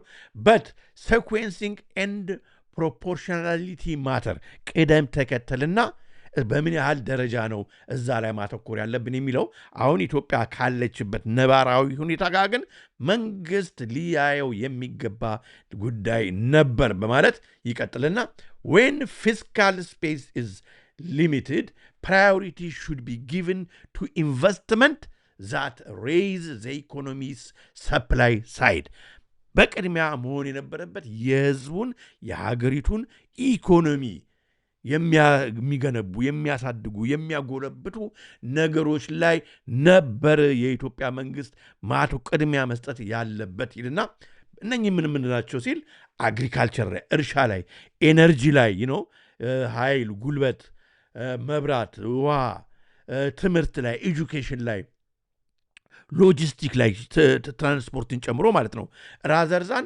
those are primarily affect consumption and aesthetics ላይ ዝም ብሎ ውበት ከላይ ብቻ ኢትዮጵያ ታምራለች ከዋናው መንገድ ጎን የብስክሌት እንትን አለ ምናምን መብራት ምናምን ብልጭልጭ አለ ምናምን ሳይሆን መጀመሪያ ላይ አግሪካልቸር ላይ ኤነርጂ ላይ ኤጁኬሽን ላይ ሎጂስቲክ ላይ መስራት ነበረበት። ይሄ ቅድሚያ የሚሰጠው ጉዳይ ሆኖ ሳለ መንግስት ዝም ብሎ ገንዘቡን ወደማይሆን እያባከነ ነው በማለት ያስቀምጥና እኔ በቢጫ ያለው ነው እንግዲህ ማነበው። ከዛ በመቀጠል as Ethiopia looks towards the next decade እንግዲህ በሚቀጥሉት 10 ዓመቶች ወደፊት አለው ኢትዮጵያ እቅዴን ብላ በመታሰብበት ጊዜ ይላል the critical question is not how its cities appear from above ዋንኛው ትኩረቷ ሊሆን የሚገባው የአስሩን እንግዲህ ዓመት እቅድ ስታወጣ አዲስ አበባ ወይም ሌሎቹ ከተሞች ከአውሮፕላን ላይ ሲታይ እንዴት ያምራል የሚለው ላይ አይደለም። በጣም እኮ ነው በጣም ነው የገለጸው but how resilient it is economies is from below መሆን ያለበት ከታች ያለው ኢኮኖሚው እንዴት ጠንካራ ነው ከላይ የሚታየው የሚያምረው አዲስ አበባ ሳይሆን ከታች ያለው የማህበረሰቡ የሀገሪቱ ኢኮኖሚ ችግር በመጣ ጊዜ እንዴት የሚቋቋም መሆኑን ላይ ነው will farmers harvest reliably despite changing rainfall patterns ገበሬዎች ዝናብ ነገ ቢቆም ተመልሰው ሳይራቡ የሚቀጥለውን ዓመት በጥጋብ ያሳልፋሉ ለህዝቡ የሚያቀርቡትን ፕሮዲዩስ ይቀጥላሉ የሚለው ላይ ነው will young people find meaningful employment ወጣቶች ከተመረቁ በኋላ ስራ ያገኛሉ ወይ የሚለው ላይ ነበር ትኩረት ማድረግ የነበረበት will the country's energy system withstand climate variability የአገሪቱ የኤነርጂ ጉልበት የነዳጅ የውሃ የነፋስ እንኳን የለንም ብቻ ግን ያለው ማለት ነው አሁን ሙቀት ሲጨምር ውሃ ሲጠፋ ዝናብ በጣም ዘንቦ ከተማው በጎርፍ ሲጥለቀለቅ ይሄንን የሚቋቋም ኢንፍራስትራክቸር ቢልድ አድርጓል ኢኮኖሚው ይሄንን መቋቋም ይችላል የሚለው ላይ ነበር መንግስት ማተኮር ያለበት will grows narrow inequality rather than widen it አሁን የኢትዮጵያ እድገቷ የኢትዮጵያ መቀራረብን ይፈጥራል ወይስ ያራርቃል ህዝቡን ኢኒኳሊቲ ይፈጥራል ወይስ ያራርቃል ህዝቡ የሚለው ላይ ነበር መንግስት ማተኮር የነበረበት development is ultimately about choice እድገት ምንም ወደንም ጠላንም ምርጫ ነው የትኛው ላይ እናተኩር የትኛውን እናስቀድመው የትኛውን ገንባው ላይ በሚል ጉዳይ ነው መንቀሳቀስ ያለበት under constraint Ethiopia's challenge is not a shortage of ambition ኢትዮጵያኖች ሰነፎች ስለሆኑ ወይም ደግሞ መነሳሳት ስለሌላቸው አይደለም it is the discipline to allocate capital where social returns are highest እግዚአብሔር ይስጥ ይሄን ይጻፈው በጣም ደስ የሚል እኮ ነው መሆን የነበረበት ዲሲፕሊንድ በሆነ መንገድ ኢትዮጵያ ዛሬ ያላትን አቅም በብድር ያመጣችውን ገንዘብ ማለት ነው የትኛው ላይ ብታተኩር ለነገሩ እኮ አይፈቀድማ ስለማይፈቀድ እኮ ነው አርቲክሉን መጻበት አይደለም አይፈቀድማ ያበደሩን ሰዎች እኮ አይፈቅዱም የትኛው ላይ ብታተኩር ነገ የህዝቡ ላይፍ እንዴት አሁን ካለበት ችግር እንዴት ይወጣል የሚለው ላይ ማተኮር ኢኮኖሚው እንዴት ይገነባል ነጋዴው ነግዶ ትርፉን የሚያገኝበት የሚቋቋምበት ቤተሰቡን የሚያሳድግበት ልጆቹን የሚያኖርበት የቤት ኪራይ የሚከፍልበት ሰራተኛ ሰርቶ ደሞዝ የሚጨመርበት እሱ ላይ ያተኩራሉ ከዛ በኋላ ሌላው ይደርስ ነበር ነው በጣም ግሩም አርቲክል ነው ሙሉም ማንበብ ከፈለጋችሁ አስቀምጥላችኋለሁ ታዲያ ይህ በዚህ እንዳለ ጠቅላይ ሚኒስትሩ በጣም የሚገርም ነገር ተናግሯል ወገኖች በጣም ነው የሚገርመው እኔ አንድ መሪ ብቻ ሳይሆን አንድ ሰው በአጠቃላይ ማለት ነው ከመሬት በእንደዚህ አይነት ንቀት ማለት ነው የኢትዮጵያን ምሁራን ሰብስቦ የፓርላሜንት ሰዎች ሰብስቦ ማለት ነው በሀገር ውስጥም በውጭም ያሉትን እኔ አሁን ዝም ብሎ ተራ ሰው ስለሆንኩ እኔ ብናገር ምንም ማለት አይደለም ግን ሶሻል ሚዲያ ላይ እኮ ወይም ቲክቶክ ላይ ወይም የሆነ ፌስቡክ ላይ ምናምን እኮ የሚያወራ እንደ ዝም ብሎ ኢለርንድ የሆነ እኮ ሰው አይደለም ሀገር መሪ ነው ሀገር መሪ ስለሆነ you have to behave act accordingly እንደ ሀገር መሪ ማለት አለበት ብድግ ብለህ ወጥተህ እኔ የኢትዮጵያ ምሁር ይገርመኛል አትልም you cannot say that አይባልም እዚህ ሀገር ብትል ሌላውም ሀገር ብትል ምን አንተ ማለት እኮ አንድ ሰው ራሱን ማለት ነው የዛ ሚዛን አድርጓል ማለት ነው በቃ ከኔ በላይ ብሏል ማለት ነው እና ስሙትና ከዛ በኋላ የምንለውን እንላለን እስኪ ጠቅላዩ ያለውን ስሙት ባጭሩ አምጥቼዋለሁ በጣም ይገርመኛል የኢትዮጵያ ምሁር ይገርመዋል ኢኮኖሚክ ኦፕን አፕን በሚመለከት 2-3 ፋክቶች እንመልከት አንደኛ IMF ከኢትዮጵያ ጋር በፕሮግራም መስራት የጀመረው በ1948 ነው በጃንዋሪ ጊዜ በኤርባስ ሳይሆን በዳኮታ እየመጣ ማለት ነው ባይ ዘ ዌይ ወገኖች እዚህ ጋር ደግመዋለሁ በጣም ደስ የሚለው ማለት ነው ኤሶፓውያን እንግዲህ ኤሶፕ ገና ስንት ጊዜ በፊት ገና ብድሩን ልንበደር አካባቢ ጀምረን ይህን ታሪክ አሁን እሱ የሚናገረውን ታሪክ ማለት ነው ተናግረናል ስለዚህ እኔ ካወቅኩ እናንተ የምታውቁ ከሆነ አሁን እዛ የተሰበሰበው ምሁር የተባለው አያውቁም ብሎ ማሰቡ ራሱ በጣም ይገርማል ደስ የሚለው ነገር ግን አሁን ይሄ ንግግር የመጣው ኢምፓክት እኛ አሁን ኤሶፕ ብቻውን አመጣ ሳይሆን ብቻ ኤሶፕ የሆነ ቦታ ላይ ዲስከሽን ለመፍጠሪያ ምክንያት ሆኗል እና ልትኮሩ ይገባቸዋል ይህንን አሁን የምትመረምሩ ሰዎች መንግስት ጋር ብቻ ደርሶ ይሄ ነገር መንግስትን ቀንቅኖታል እንደዚህ አነጋገር ስለዚህ ነው አሁን የሚናገረው አዳምጡት በጣም ይገርማል በጣም ነው የሚገርመው እና እስኪ እናዳምጠው ከመጀመሪያው እሺ በጣም ይገርመኛል የኢትዮጵያ ምሁር ኢኮኖሚክ ኦፕን አፕን በሚመለከት 2-3 ፋክቶች እንመልከት አንደኛ IMF ከኢትዮጵያ ጋር በፕሮግራም መስራት የጀመረው በ1948 ነው በጃንዋሪ ጊዜ በኤርባስ ሳይሆን በዳኮታ እየመጣ ማለት ነው ቀናት እየፈጀበት ከንጉሱ ጋር በነበረው ፕሮግራም ከብዙ ድርድር በኋላ 1948 የዛሬ 70 ምናምን ዓመት ማለት ነው ንጉሱ ያገኙት ገንዘብ $300,000 የመጀመሪያው ፕሮግራም በመንግስቱ ጊዜ በደርግ ጊዜም 2 ፕሮግራሞች ነበሩ ያልነበረ እንዳይመስላችሁ ማለት ነው በዚያ ጊዜ ደግሞ $11.8 ሚሊዮን ተገኝቷል በእንደዚህ አይነት አሬንጅመንት በኢህአደግ ጊዜ ስትራክቸራል አድጀስትመንት የሚባል ሳፕ ታስታውሱ ከሆነ የምታውቁ ሰዎች PRDP የሚባል 3 ፕሮግራሞች ነበሩ ኢህአደግ $88 ሚሊዮን ገደማ አግኝቷል ከዚህ ፕሮግራም ምን አድርጎ 58% ዲቫሉዌሽን ሰርቶ 58% ዲቫሉዌሽን ሲሰራ ያኔ ፍሎት ቢደረግ ኖሮ ይሄ ሁሉ ስቃይ ዛሬ አዲስ ክስተት በቃ ተደርጎ ማያቅ ነገር አሁን ይመጣ አድርጎ የሚያስቡ ሰዎች ይገርሙኛል ወደ ኋላ እንዴት ዳታ እንደማያዩ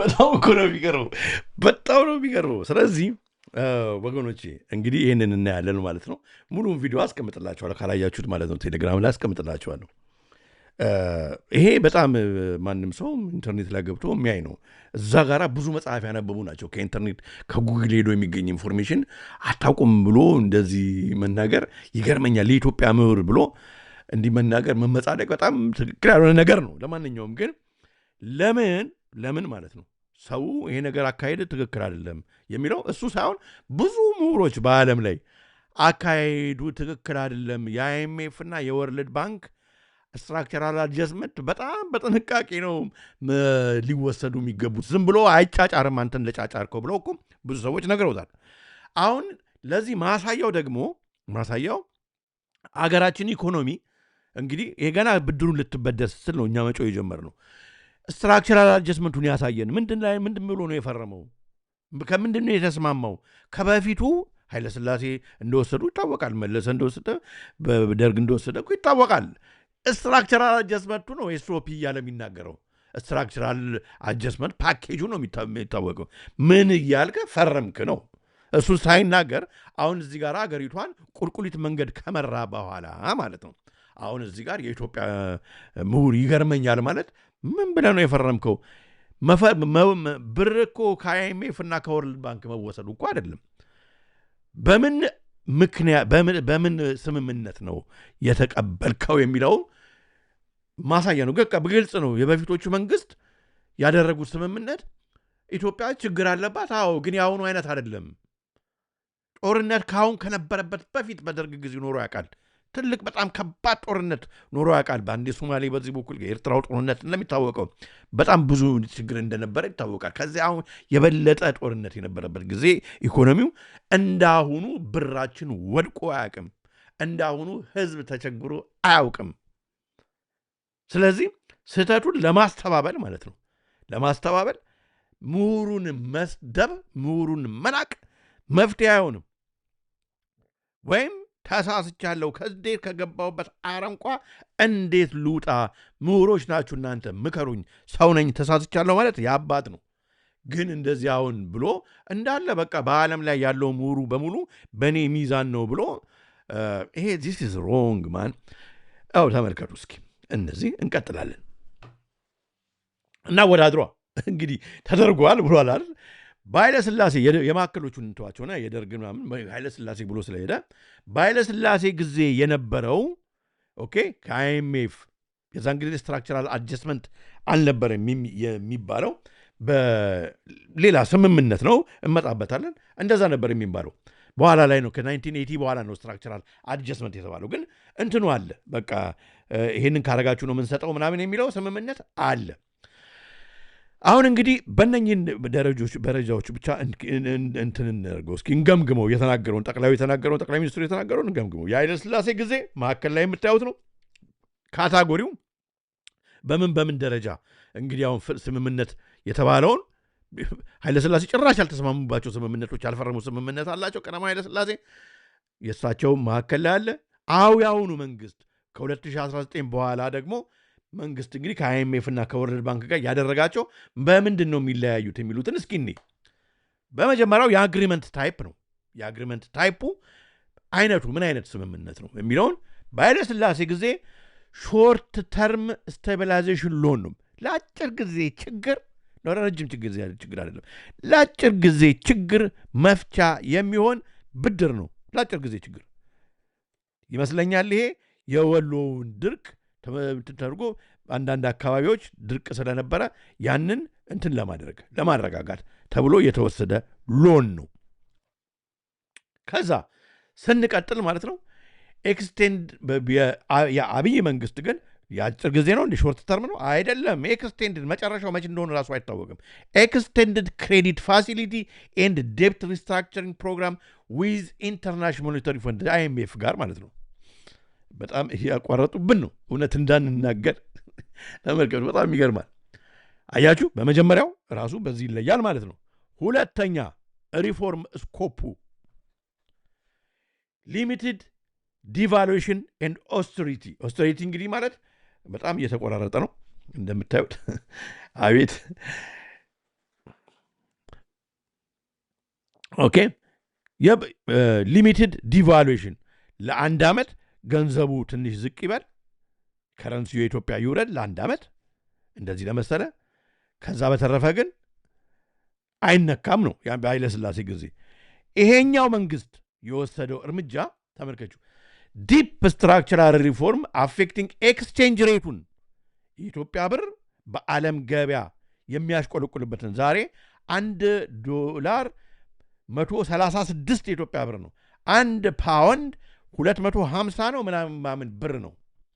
እዚህ ደረጃ እንዲወርድ የተደረገበት ምክንያት ተመልከቱ፣ ልዩነቱን ተመልከቱ። በፋይናንሻል ሴክተሩና በኃይለሥላሴ ጊዜ የነበረው በአሁኑ የተደረገውን ልዩነት ተመልከቱ። እንደምታዩት ነው። በከረንሲ ፖሊሲ ዋን ሜጀር ዲቫሉዌሽን በ1967 የተደረገ ዲቫሉዌሽን አለ። በቃ አንድ ጊዜ ብቻ ብሩ የተወሰነ ጊዜ እንዲቀንስ ካለ በፊት ከነበረው የመግዛት አቅሙ በስቶክ ኤክስቼንጅ ትንሽ ዝቅ እንዲል ኃይሉ ጉልበቱ ማለት ነው። በኃይለሥላሴ ጊዜ በ1967 ተደርጓል። በጣም ለአጭር ጊዜ። የአሁኑ ላርጅ ትልቅ ሆኖ ብቻ አይደለም ሪፒትድ ዲቫሉዌሽን እንዲወርድ እነሱ እንደሚፈልጉት የኢትዮጵያ ብሩ እዚህ ጋር አውርጀዋለሁ፣ አውርደው እንደገና አውርደው። ወገኖቼ ብር ሲወርድ ብር የአንድ የመግዛት ኃይሉ ሲወርድ በሀገር ውስጥ ያሉ ነጋዴዎች፣ ፋብሪካ ያላቸው ሰዎች፣ ኢምፖርት ኤክስፖርት የሚሰሩ ሰዎች እንግዲህ በብር ሄደው ቻይና፣ በብር ሄደው አውሮፓ አይገዙም። ወደ ዶላር ወደ ፓውንድ ብራቸውን ቀይረው ነው የሚገዙት። ስለዚህ አሁን ድሮ በነበራቸው ብር የሚገዙት ፓውንድና ዶላር አሁን በጣም ብዙ ብር ያስፈልጋቸዋል ማለት ነው። ብሩ የመግዛት አቅሙ በቃ የደከመ ስለሆነ አያችሁ፣ በብላክ ማርኬት እንኳን እንዳያደርጉ ሆን ብሎ የብላክ ማርኬቱን ኢቭን የሐዋላውን እንትን ሁሉ ሆን ብሎ በኃይለኛ ሁኔታ ዘግቷል። ኦኬ ስላሉት ነው እሱንም። ከዛ ምንድን ነው የሚሆነው? ነጋዴዎቹ ፋብሪካቸውን አያዘጉም። ሰራተኞች አላቸው በውስጣቸው ፋብሪካዎቹን የሚያንቀሳቀሱ የኢትዮጵያ የሆኑ ሰራተኞች አሉ በመላው ኢትዮጵያ። ለመስሪያ ቤታቸው የሚያስፈልጋቸው ግብአት ጫማ የሚሰራ ካምፓኒ ሊሆን ይችላል፣ ቀለም የሚገዛ ካምፓኒ የሚሰራ ካምፓኒ፣ ፍራሽ የሚሰራ ካምፓኒ ሊሆን ይችላል። ምን አይነት ብቻ ማለት አይነት ነገር የሚያመርት ካምፓኒ አለ። ግብአት ያስፈልገዋል። በአገር ውስጥ የሌለ ማቴሪያል ከሄዶ ከሚያስፈልገው ሀገር ሊገዛ ሲል አሁን ብሩን ወደ ፓውንድ ብሩን ወደ ዶላር ቀይሮ ስለሆነ አስባችሁታል። ኢሚዲየትሊ ማለት ነው የዛ በፊት የሚገዛው እንግዲህ አሁን አመጣ፣ በውድ ገዝቶ አመጣ። ያንን ግብአት አምጥቶ ኢትዮጵያ ሰራው። በፊቱ ዋጋ ሊሸጠው አይችልም። በጣም በውድ ዋጋ ነው የሚሸጠው ማለት ነው። ህዝቡ ደሞዝ አልተጨመረለትም። ምክንያቱም የሀገሪቷ ኢኮኖሚ የደቀቀ ነው። ኢምፖርት ኤክስፖርት የለም፣ ፕሮዲውስ የለም።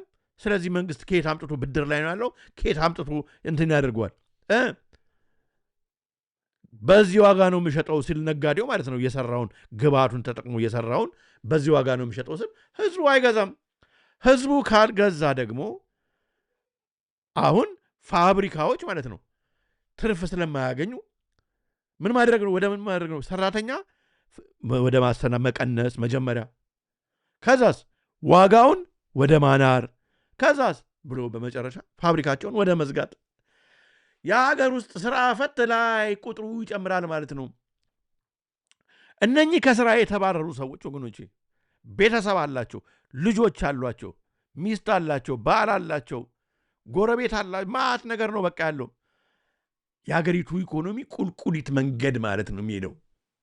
አያችሁ፣ ይህንን ነው እያየን ያለ ነው፣ እየተነጋገርን ያለ ነው።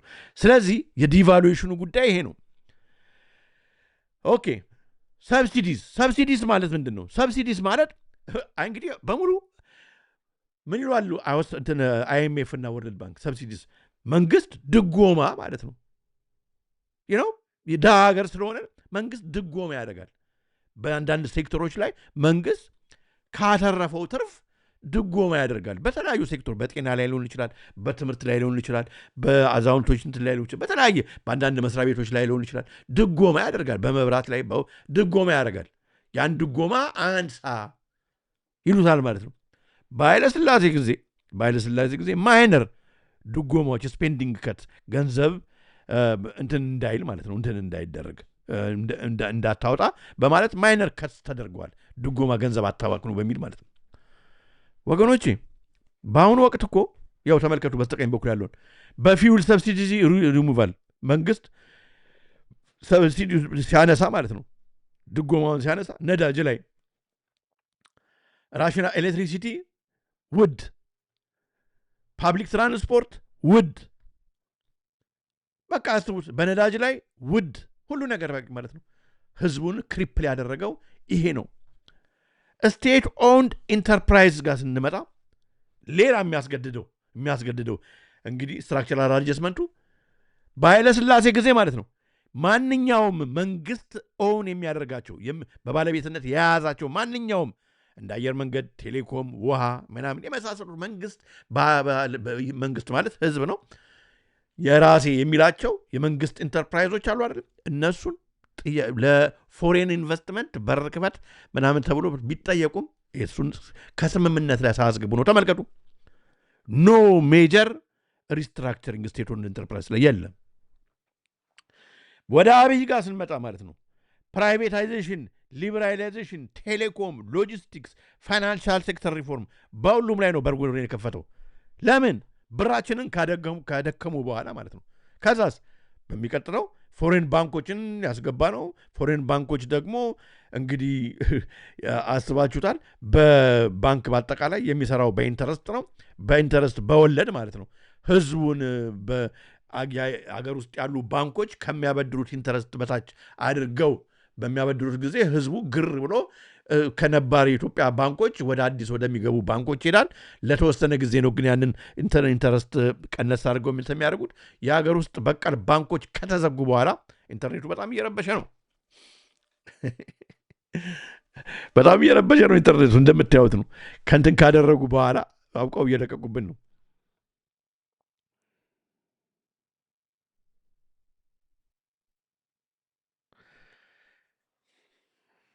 በጣም የሚገርም ነው። አያችሁ፣ በሌላው ጊዜ አሁን ዝም ብዬ እዚህ ጋር ቁጭ ብዬ ማለት ነው እንቶፎንቶ ባወራ ኖሮ እንደዚህ አያደርጉም ነበር። እና ኢትዮጵያን ምን አይነት ስርዓት እየገዛ እንደሆነ እያስተዳደረ እንደሆነ ማሳያው የዛሬው ፕሮግራም ነው። እውነት ህዝቡ እንዳያውቅ እንዳይረዳ እውነትን በማፈን ገንዘቡን እንደዚህ ኢንተርኔት እንትን የሚያደርጉት ሰዎች ላይ ከሚያጠፋ አገሩ ኢኮኖሚ ላይ ቢያጠፋ አገራችን የትና የት ትደርስ ነበር። ይሄ ነው ማሳያው አንደኛው።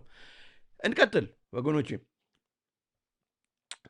ፓብሊክ ስፔንዲንግ ኤንድ በዚህ ምክንያት እንግዲህ ህዝቡ ገንዘብ የለውም፣ ገንዘብ አያጠፋም። ገንዘብ የማይጠፋ ከሆነ የተመረቱ ምርቶች አይገዙም። ስለዚህ አገር የቁልቁሊት መንገድ ትሄዳለች። በእንደዚህ ደረጃ እንግዲህ እያየን እንሄዳለን ማለት ነው። በጣም ይገርማል። እሺ፣ በህዝቡ ላይ የሚያመጣው ነገር ምንድን ነው? በቃ እንደውም የሚገባን ይሄ ነው። በቃ በቀላሉ ህዝቡ ላይ እነኛውን እንግዲህ ሜጀሮች እነኛ አይነት ውሳኔዎች በሚወሰኑበት ጊዜ ህዝብ ላይ የሚያመጣው ነገር ምንድን ነው የሚለውን እስኪ እና ይገባናል። እሺ፣ ሌት ዘ ብር ሉዝ ቫሊዩ። አሁን ብር ቫሊዩን በሚያጣበት ጊዜ ብር የመግዛት አቅሙ በሚቀንስበት ጊዜ ቅድም የኢትዮጵያ መኒ ቢካምስ ዊከር፣ የኢትዮጵያ ገንዘብ የመግዛት አቅሙ የወረደ ይሆናል። ከውጭ ገንዘቦች ጋር ሲወዳደር በፓውንድ ዶላር እንግዲህ በጣም የመግዛት ኃይላቸው በኢትዮጵያ ከፍተኛ ይሆናል። የኢትዮጵያ ብር ግን በቃ ለምንም የወደቀ ይሆናል። እንደ ሶማሌ፣ አሁን ሶማሌ በኩርኩር አይደለም አንድ ትንሽ ነገር ለመግዛት በገበያ ውስጥ እንደምታዩት ሲንከራተት ወደዛ ደረጃ እንዲደርስ ነው። ተመልከቱ። how it affects ordinary people። ኦርዲናሪ ፒፕሉ ምን ይሆናል? እቃ ኢምፖርትድ ጉድስ ቢካምስ ኤክስፔንሲቭ። ከውጭ የመጡ እቃዎች በሙሉ ማንኛውም ነገር ማለት ነው በጣም ውድ ይሆንበታል። በዶላር ስለሚመጣ በሀገር ውስጥም የተመረቱ እቃዎች ውድ ይሆንበታል። ግብአት ተጨምሮባቸው ታክሎባቸው ስለሆነ የሚመረቱት ነዳጅ ይጨምርበታል፣ መድኃኒት ይጨምርበታል፣ ኩኪንግ ኦይል የማብሰያ ዘይት ይጨምርበታል። ይሄ ደግሞ ሳለሪ ደሞዝ ስላልተጨመረ የበለጠ የከበደ ያደርገዋሉ። ሪሙቫል ኦፍ ፊውል ሰብሲዲዝ፣ ድጎማ በነዳጅ ላይ መንግስት ሲያነሳ በአይኤምኤፍ እና በወርልድ ባንክ ትእዛዝ ማለት ነው ህዝቡ ላይ ምን ይፈጠራል? ትራንስፖርት ኮስት ይጨምራል። ታክሲ ውድ ይሆናል። ነዳጅ ተወዷላ። ባስ ፌርስ ይጨምራል። የአውቶቡስ እንትን ክፍያ ይጨምራል። የምግብ ዋጋ ፉድ ፕራይስስ ይጨምራል። ይጨምራል። ለምን? ኢትዮጵያ ትራንስፖርት ቢካምስ ሞር ኤክስፔንሲቭ። ሁሉም አይነት ትራንስፖርት ውድ ይሆናል። ሪዲዩስ ገቨርንመንት ስፔንዲንግ ብለው አይኤምኤፍ እና ወርልድ ባንክ ሲያዙት ህዝቡ ላይ ምን ይሆናል? fewer new government jobs የስራ አጥ ይፈታል የመንግስት በቃ አታጥፋ ገንዘብ ሲባል መንግስት ለህዝቡ ላይ ገንዘብ አታጥፋ ነው ማለት ደሞዝ አትክፈል ነው ሰራተኛ ማባረር ይጀምራል መንግስት አትክፈል ተብሏል ገንዘብ አታጥፋ ለሰራተኛው ደሞዝ በመክፈል ተብሏል fewer government jobs ስራ ያወጣም ጭራሽ በትንሽ ሰዎች ብዙ ስራ እንዲሰሩ ነው የሚያደርገው slower services በዚህ ምክንያት ሰርቪሱ አንዳንድ ጉዳይ ለማስፈጸም የምትሄዱበት ጊዜ በፊት 10 ሰዎች የሚያስፈልጉት ቦታ አንድ ሰው ይደረግና እነኚህ ሰዎች ይደክማቸዋል ወይ ሁለት ሰዎች ይቀመጣሉ ከዛ ሰልፉ የትየለሌ ነው የሚሄደው slower service ይሆናል some project is delayed አንዳንድ ፕሮጀክቶች በለጽጋለን ምናምን ብሎ እንደሚያወራው ሰው አንዳንድ ፕሮጀክቶች ጭራሽ ዲሌይ ይሆናሉ በትንሽ የሰው ኃይል ነው የሚሰራው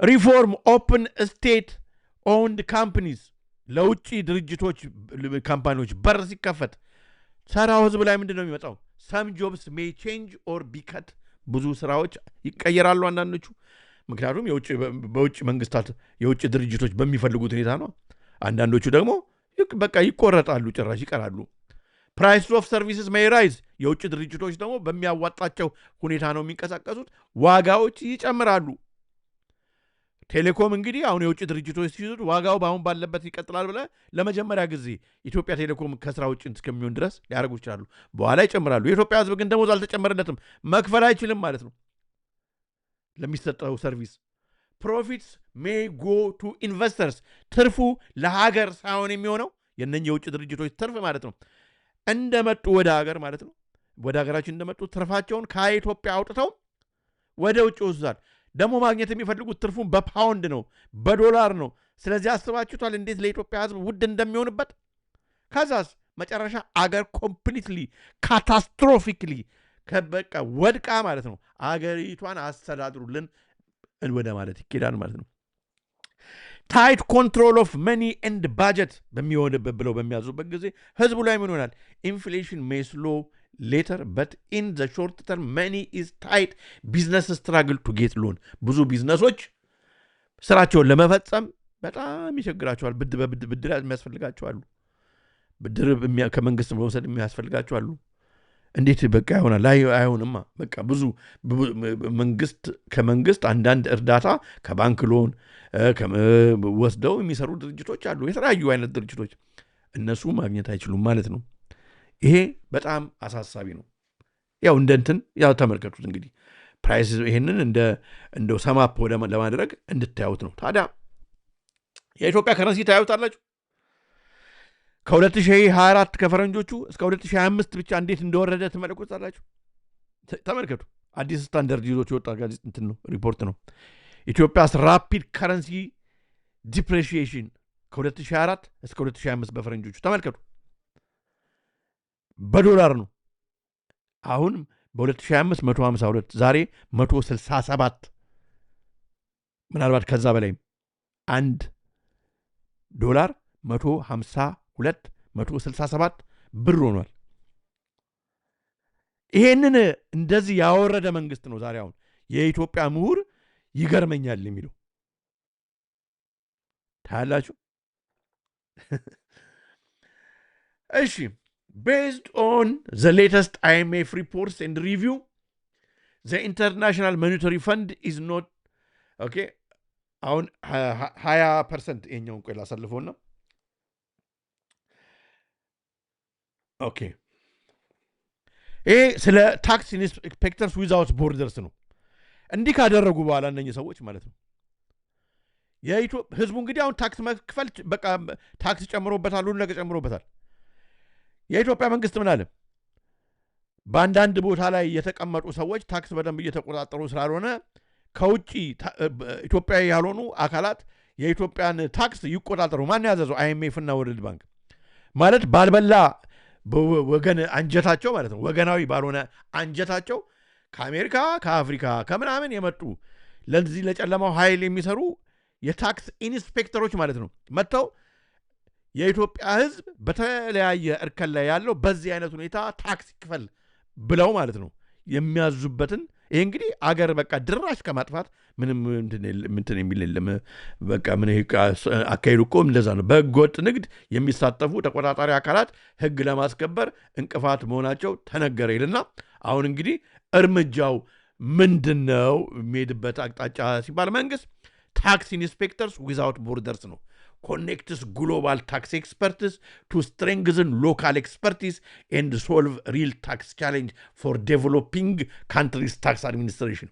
Supporting developing countries in building tax audit ከዚህ ጋር አንድ ነው ታክስ ኦዲት ያው ተመልከቱ and invest capacity ሌቦች ህዝቡ አሁን ካለበት የታክስ በርዘን ማለት ነው መክፈል አይችልም። በቃ ኑሮ መሮታል ተወዷል ነገር እንደገና ማለት ነው ባልበላ እንጀታቸው ፎሬነሮች ኢትዮጵያዊ ያልሆኑ ማለት ነው ታክስ ኢንስፔክተርስ ዊዛውት ቦርደርስ የተባሉት እኮ እንደዚህ ነው።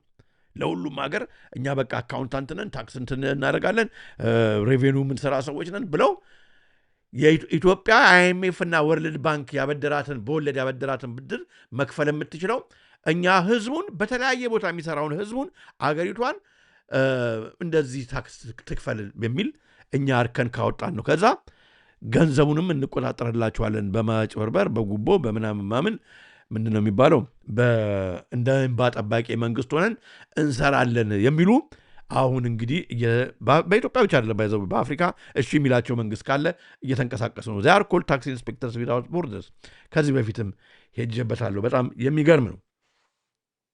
እንግዲህ ስለ ታክስ ኢንስፔክተርስ ዊዛውት ቦርደርስ ብዙ ተተችቷል። እንደው ለማሳየት ያህል ኮንፍሊክት ኦፍ ኢንተረስት ማር ስኪም ቱ ሄልፕ ፑር ካንትሪስ ከርብ ታክስ ሎስ ኦኬ ከነኚህ ጀርባ ያሉ in these cases who also shows as the donor countries which was spending the tax expert has very substantial corporate interests in the developing country አያችሁ ታክስ ኢንስፔክተርስ ዊዛውት ቦርደርስን ወደ ሀገራችንም ወደሚፈለገው ሀገር የሚያሰማሩ ኦልሬዲ አገሪቷን መጋጥ የሚፈልጉ ቢሊዮነሮች መሆናቸውን የው ዘ ጋርዲያን ከዚህ በፊት ዘግቦታል።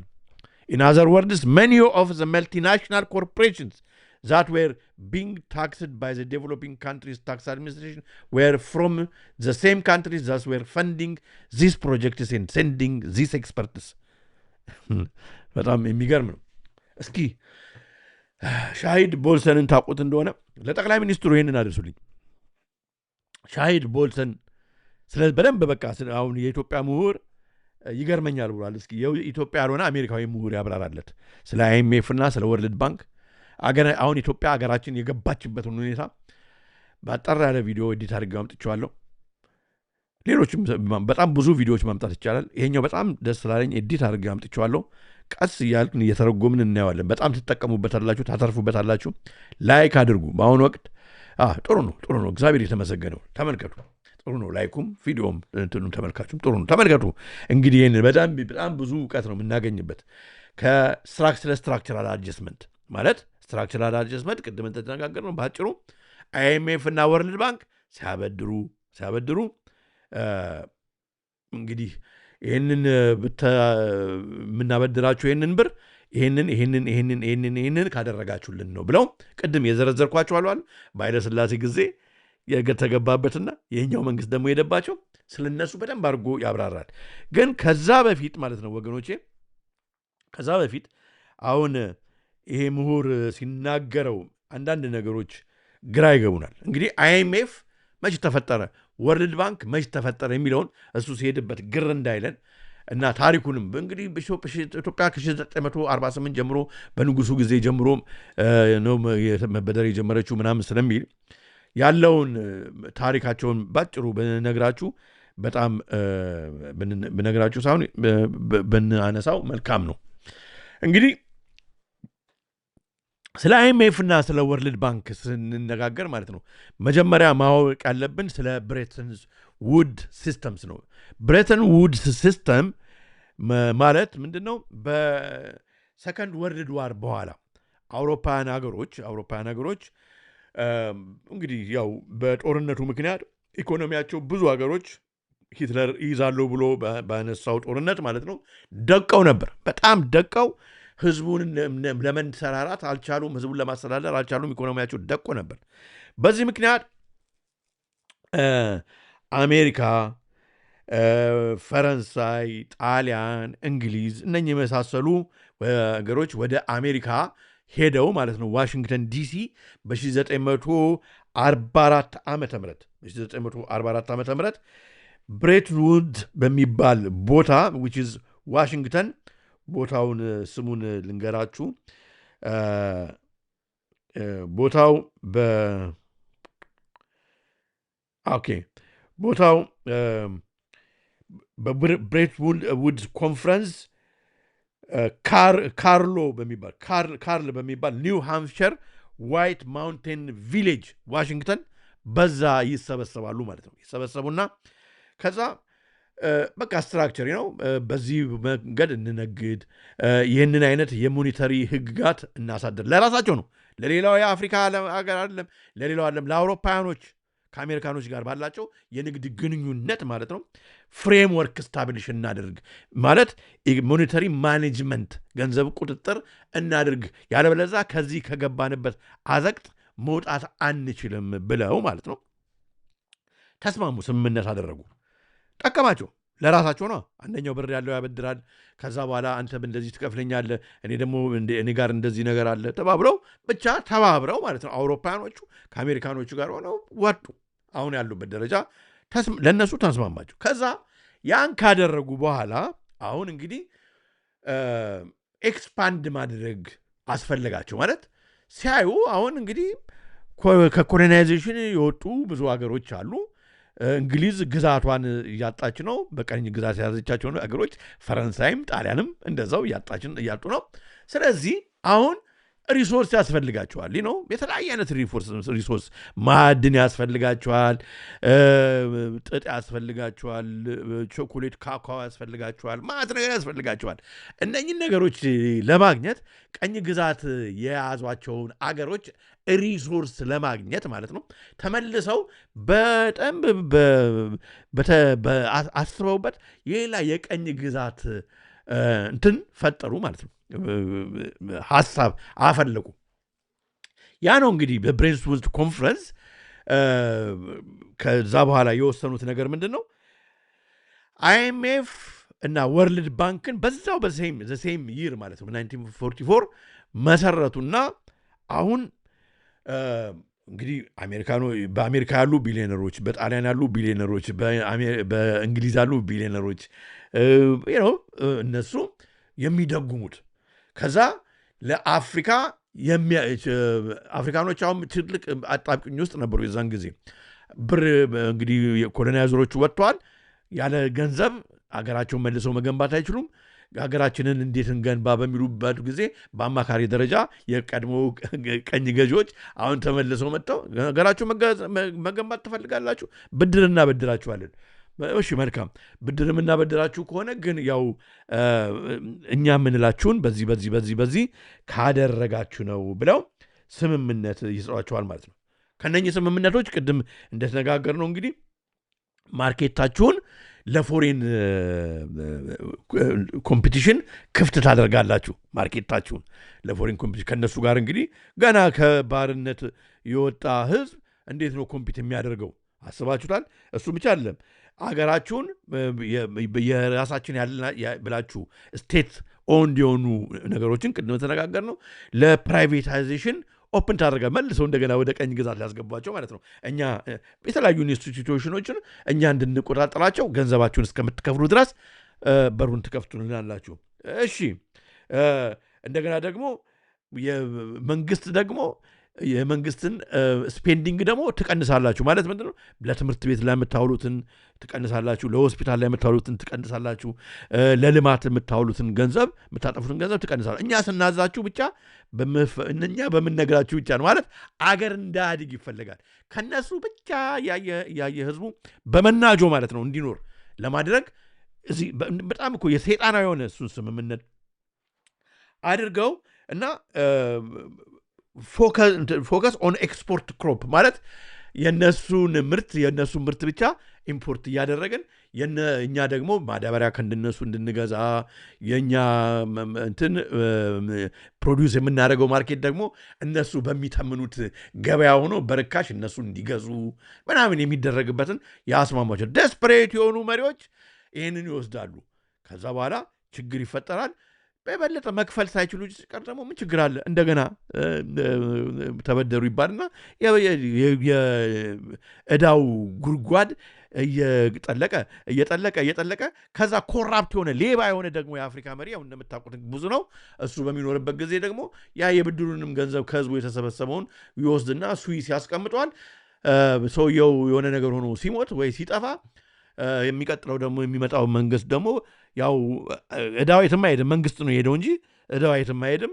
አገሮቹ ከእንደገና እዛው ባሉበት በወለድ እንትን ተደርገው ያኛውም የሚመጣውም ደግሞ ወለድ ይበደርና አገሮቹ ከዕዳ ሳያወጡ ከችግር ሲያወጡ በእነኚህ እንግዲህ በ1944 በእነኚህ ሴጣናዊ ሀሳብ ባላቸው ሰዎች የተሰበሰበው ድርጅት ራሱን ብቻ ዌብሳይታቸው ላይ ድረገጻቸው ላይ ስታቸው የአይኤምኤፍ የሚስቁ ልጆች የሚስቁ እናቶች ምናምን የምታዩት ዌብሳይት ድረገጻቸው ላይ ስታዩ ግን ለእነኚህ ሰዎች ሴጣናዊ የሆነ ነገር የሚያደርጉባቸው መሆኑን ነው እንግዲህ የምናየው። እሱን እንደ መንደርደሪያ እንዲሆን ነው። እስኪ ቻይልድ ቦልተንን እንስማውና በጣም ይገርማቸዋል። እስኪ እንስማው። Let's talk about the concentration of power, particularly the transfer of power into the private sector and its remarkable degree of concentration therein. Now, it's impossible to talk about this without discussing the role of the International Monetary Fund. እንግዲህ ስለ IMF ነው የምናወራው እያለ ነው። ስለ ኢንተርናሽናል ሞኔታሪ ፈንድ ተመልከቱ፣ ስሙት። I'm not going to go into the history of the ሂስትሪውን እንግዲህ አሁን ነግራችኋለሁ። ስለ ሂስትሪው አላወራም እያለ ነው እሱም መቼ እንደተመሰረተ IMF ወርልድ ባንክ መቼ እንደተመሰረተ መናገር አይጠበቅብኝም እያለው ስሙት። IMF and Bretton Woods and all of that, you can find all of that online. But what you need to know is that the IMF operates as a tool of American foreign policy specifically to serve the interests of business. በቃ IMF እና ወርልድ ባንክ የሚሰራው ኢትዮጵያን ለመርዳት አፍሪካን ለመርዳት ምናምን ሳይሆን የአሜሪካን ያሉ ከጀርባ ያሉ እነኚህ ቢሊዮነሮች ቢዝነሶች የለም እንደ ብላክ ሮክ በሉ ምን በሉ የነሱን ኢንተረስት የሚያስፈጽሙበት እጃቸው ነው። በቃ IMF መንገዳቸው ነው፣ በሀገሮች ላይ ማለት ነው የሚያስፈጽሙበት እጃቸው ነው ማለት ነው። And to undermine the economic sovereignty and independence of other countries. If we borrow from them, they take control over our economy. በቃ you borrow from them በሩን የከፈትከውን ያህል ኢኮኖሚውን ይቆጣጠሩላል። ጠቅላይ ሚኒስትሩ ለምን እንዳልገባው እኮ ግልጽ ነው። በቃ ይኸው you borrow from them በእነኚህ በተወሰኑት ላይ እስካሁን እኮ አሁን እስካለው ኢትዮጵያ መሪ ድረስ ሁሉም እኮ ተበድረዋል። ግን እንደዚህ ወለል አድርገው እነሱ የሚሉትን ሁሉ እሺ ብሎ አይደለም የተበደረው። ይሄኛውን አንስማማም። ኖ ለዚህኛው ለከፈት ነው በር ይሄን ያህል ብቻ ነው የምታበድሩን፣ በቃ እሱ ይበቃናል፣ እንቸገራለን፣ አገሩታንና ህዝቡን ወደ ባሰ ችግር ውስጥና ማነቆ ውስጥ አልከተውም እያሉ ማለት ነው። Function of what's called neoliberalism. እንግዲህ ምንድነው ሁሌ የሚናገሩን ምንድነው? የአዲሱ የነጻነት የተሞላ የገበያ አስተሳሰብ አይደለም የሚሉት አስተሳሰብ ወይም ኒዮ ሊበራሊዝም ማለት ምንድነው? ባጭሩ በርን ክፈት ነው አይዲዮሎጂው። ለውጭው ቢሊዮነሮች በርን ክፈት ማለት ነው። እንደ በጎ ነገር አይደለም የሚታየው። Liberalism is an approach to economics that pushes policies like the elimination of trade barriers. The elimination of ትሬድ ባሪየርስ አሁን ለምሳሌ በንግድ ሁኔታ ላይ የምዕራብ ሀገሮች ገብተው እንደፈለጉ እንዲዋኙ አይፈቀድላቸውም። ምክንያቱም በሀገር ውስጥ ያለውን ገበያ ወይም ነጋዴውን ወይም አምራቹን ስለሚጎዱ። Privatization, currency የነባር የሆነ እንደ ቴሌኮም እንደ አየር መንገድ ወይም እንደ ውሃ ምናምን ያሉትን እነኚህ ነገሮች ፕራይቬታይዝ ማለት ለውጭ እንትኖች ለኤሚሬትሶች ሆነ ለአሜሪካኖች ሆነ ለእንግሊዞች ወለል ተደርጎ በባለቤትነት እንዲይዟቸው አይፈቀድም። ከረንሲ ዲቫሉዌሽን ገንዘብ እንዲወርድ ቁልቁሊት እንዲሄድ የኛ ገንዘብ እንደሆነው አይፈቀድም። ተመልከቱ፣ ንገሩልኝ ለጠቅላይ ሚኒስትሩ በደንብ ያዳምጡ።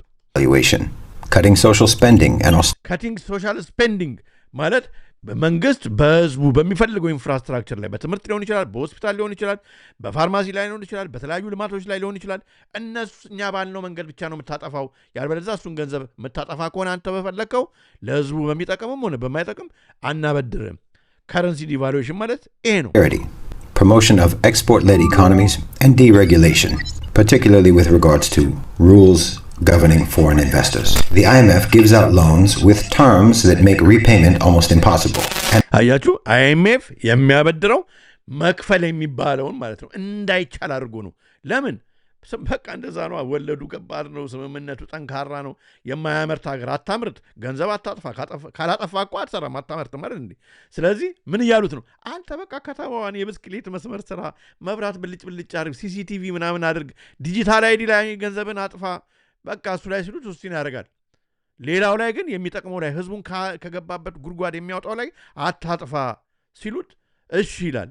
this is what እየነገረን ያለው ቦልሰን They attach conditions to those loans which require receiving countries to adopt structural adjustment reforms to their economies.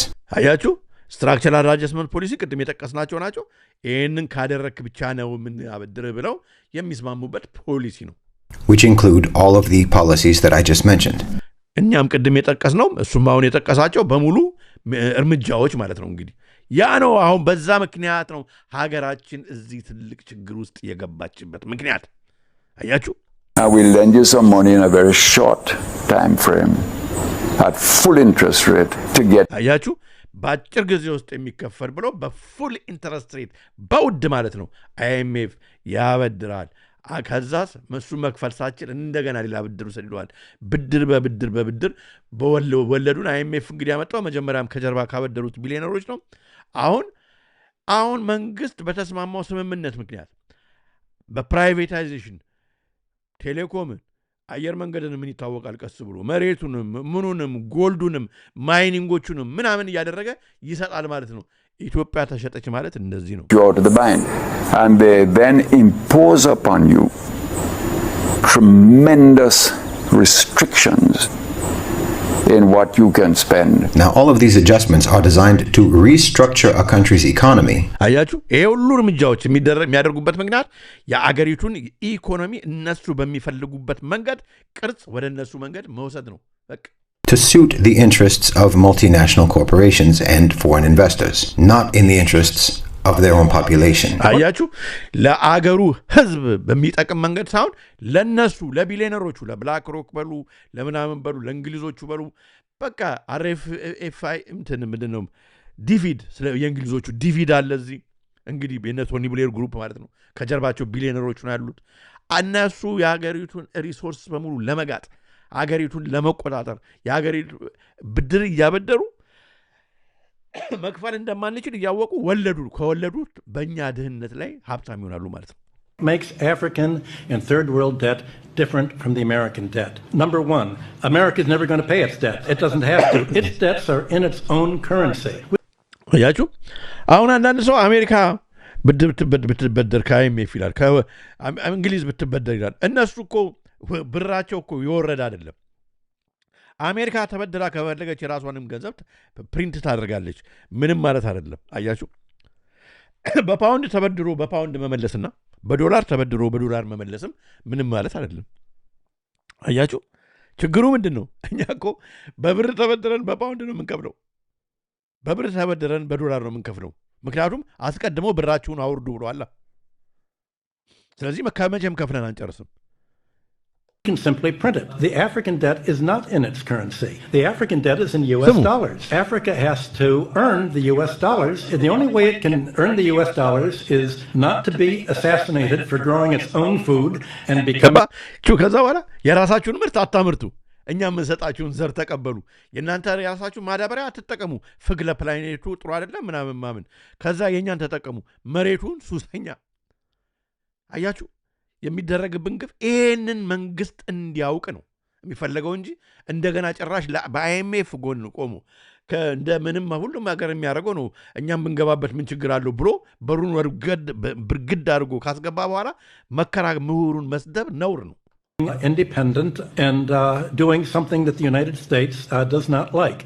The principle underlying the foundation of the World Bank is that no country should grow its own food. Africa and the third world should only grow export crops. In order to have an oversupply of cocoa and other tropical raw materials, to keep down the price, they must buy their grain from the United States or Europe, so that if they do something that we don't like, we can sanction them. We can say, we're going to starve you. We're going to not export any grain to you. So owing their foreign debt in dollars means that they have to somehow sell something that the United States wants, not what they want. I think the most evil organizations in the world today are the World Bank and the International Monetary Fund. Now this is all ስሙ the most evil ሴጣናዊ የሆነ ድርጅት ማለት በዓለም ላይ ካለ IMF እና ወርልድ ባንክ ነው። አፍሪካ እዚህ ዕዳ ውስጥ የገቡ በራቸውን ጭራሽ በዚህ ስትራክቸራል አጀስትመንት ላይ እየከፈቱ ብር የሚበደሩ ሀገሮች በቃ ለሴጣን እጅ ውስጥ የወደቁ ናቸው እያለ ነው ሰውየው ባጭሩ። packaged in the rhetoric of the glories of the free market and the benefits of free trade. Free trade እንግዲህ ሲነግሩ እንዴት ነው ፍሪ ትሬድ አሁን ነፃ ገበያ ምናምን አሁን ሲባል ደስ ይላል። ይሄ አሁን ማስታወቂያ የምታዩት ለነፃ ገበያ ምናምን ብለው IMF እና ወርልድ ባንክ የሚናገሩ ዲስኩር ነው። ስሙት። ይሄ በቪዲዮ አሁን ቪዲዮ It brings prosperity. Prosperity ብልጽግና ያመጣል። ተመልከቱ። The operation of the free market is so essential to foster harmony and peace. ሰላም ያመጣል፣ ሃርሞኒ ያመጣል። ለቢሊዮነሮቹ ለመዘረፍ ያመቻቻል ነው ባጭሩ። Among the peoples of the world. Integrating your local economy into the global market by making it more attractive to foreign investors will put your country on a fast track to አያችሁ ለምዕራቦቹ ሀገሮች በር የሚያመቻቻ አድርጎ ከዛ በኋላ አገራችሁን ወደ ላቀ ድህነት ወይ ማትወጡበት ችግር የሚያስገባ ሜጀር ነው እርምጃ ነው ያለ ነው። development and prosperity.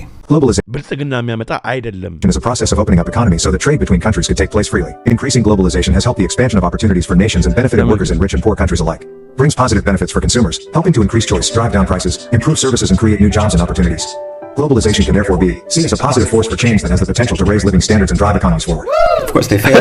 ያችሁ የሚለው እንደዚህ ብለው ነው በቃ የሚናገሩት። በቃ ብልጽግና ያመጣል፣ መሻሻል ነው፣ ገንዘብ ከIMF አምጡ፣ ከወርልድ ባንክ አምጡ፣ ትበለጽጋላችሁ ምናምን። አሁን ጠቅላይ ሚኒስትሩ የሚናገረው መጨረሻ ላይ የገባው ቪዲዮ በቃ እንደዚህ ያለ ይሄ መሸወጃቸው ቃል ነው።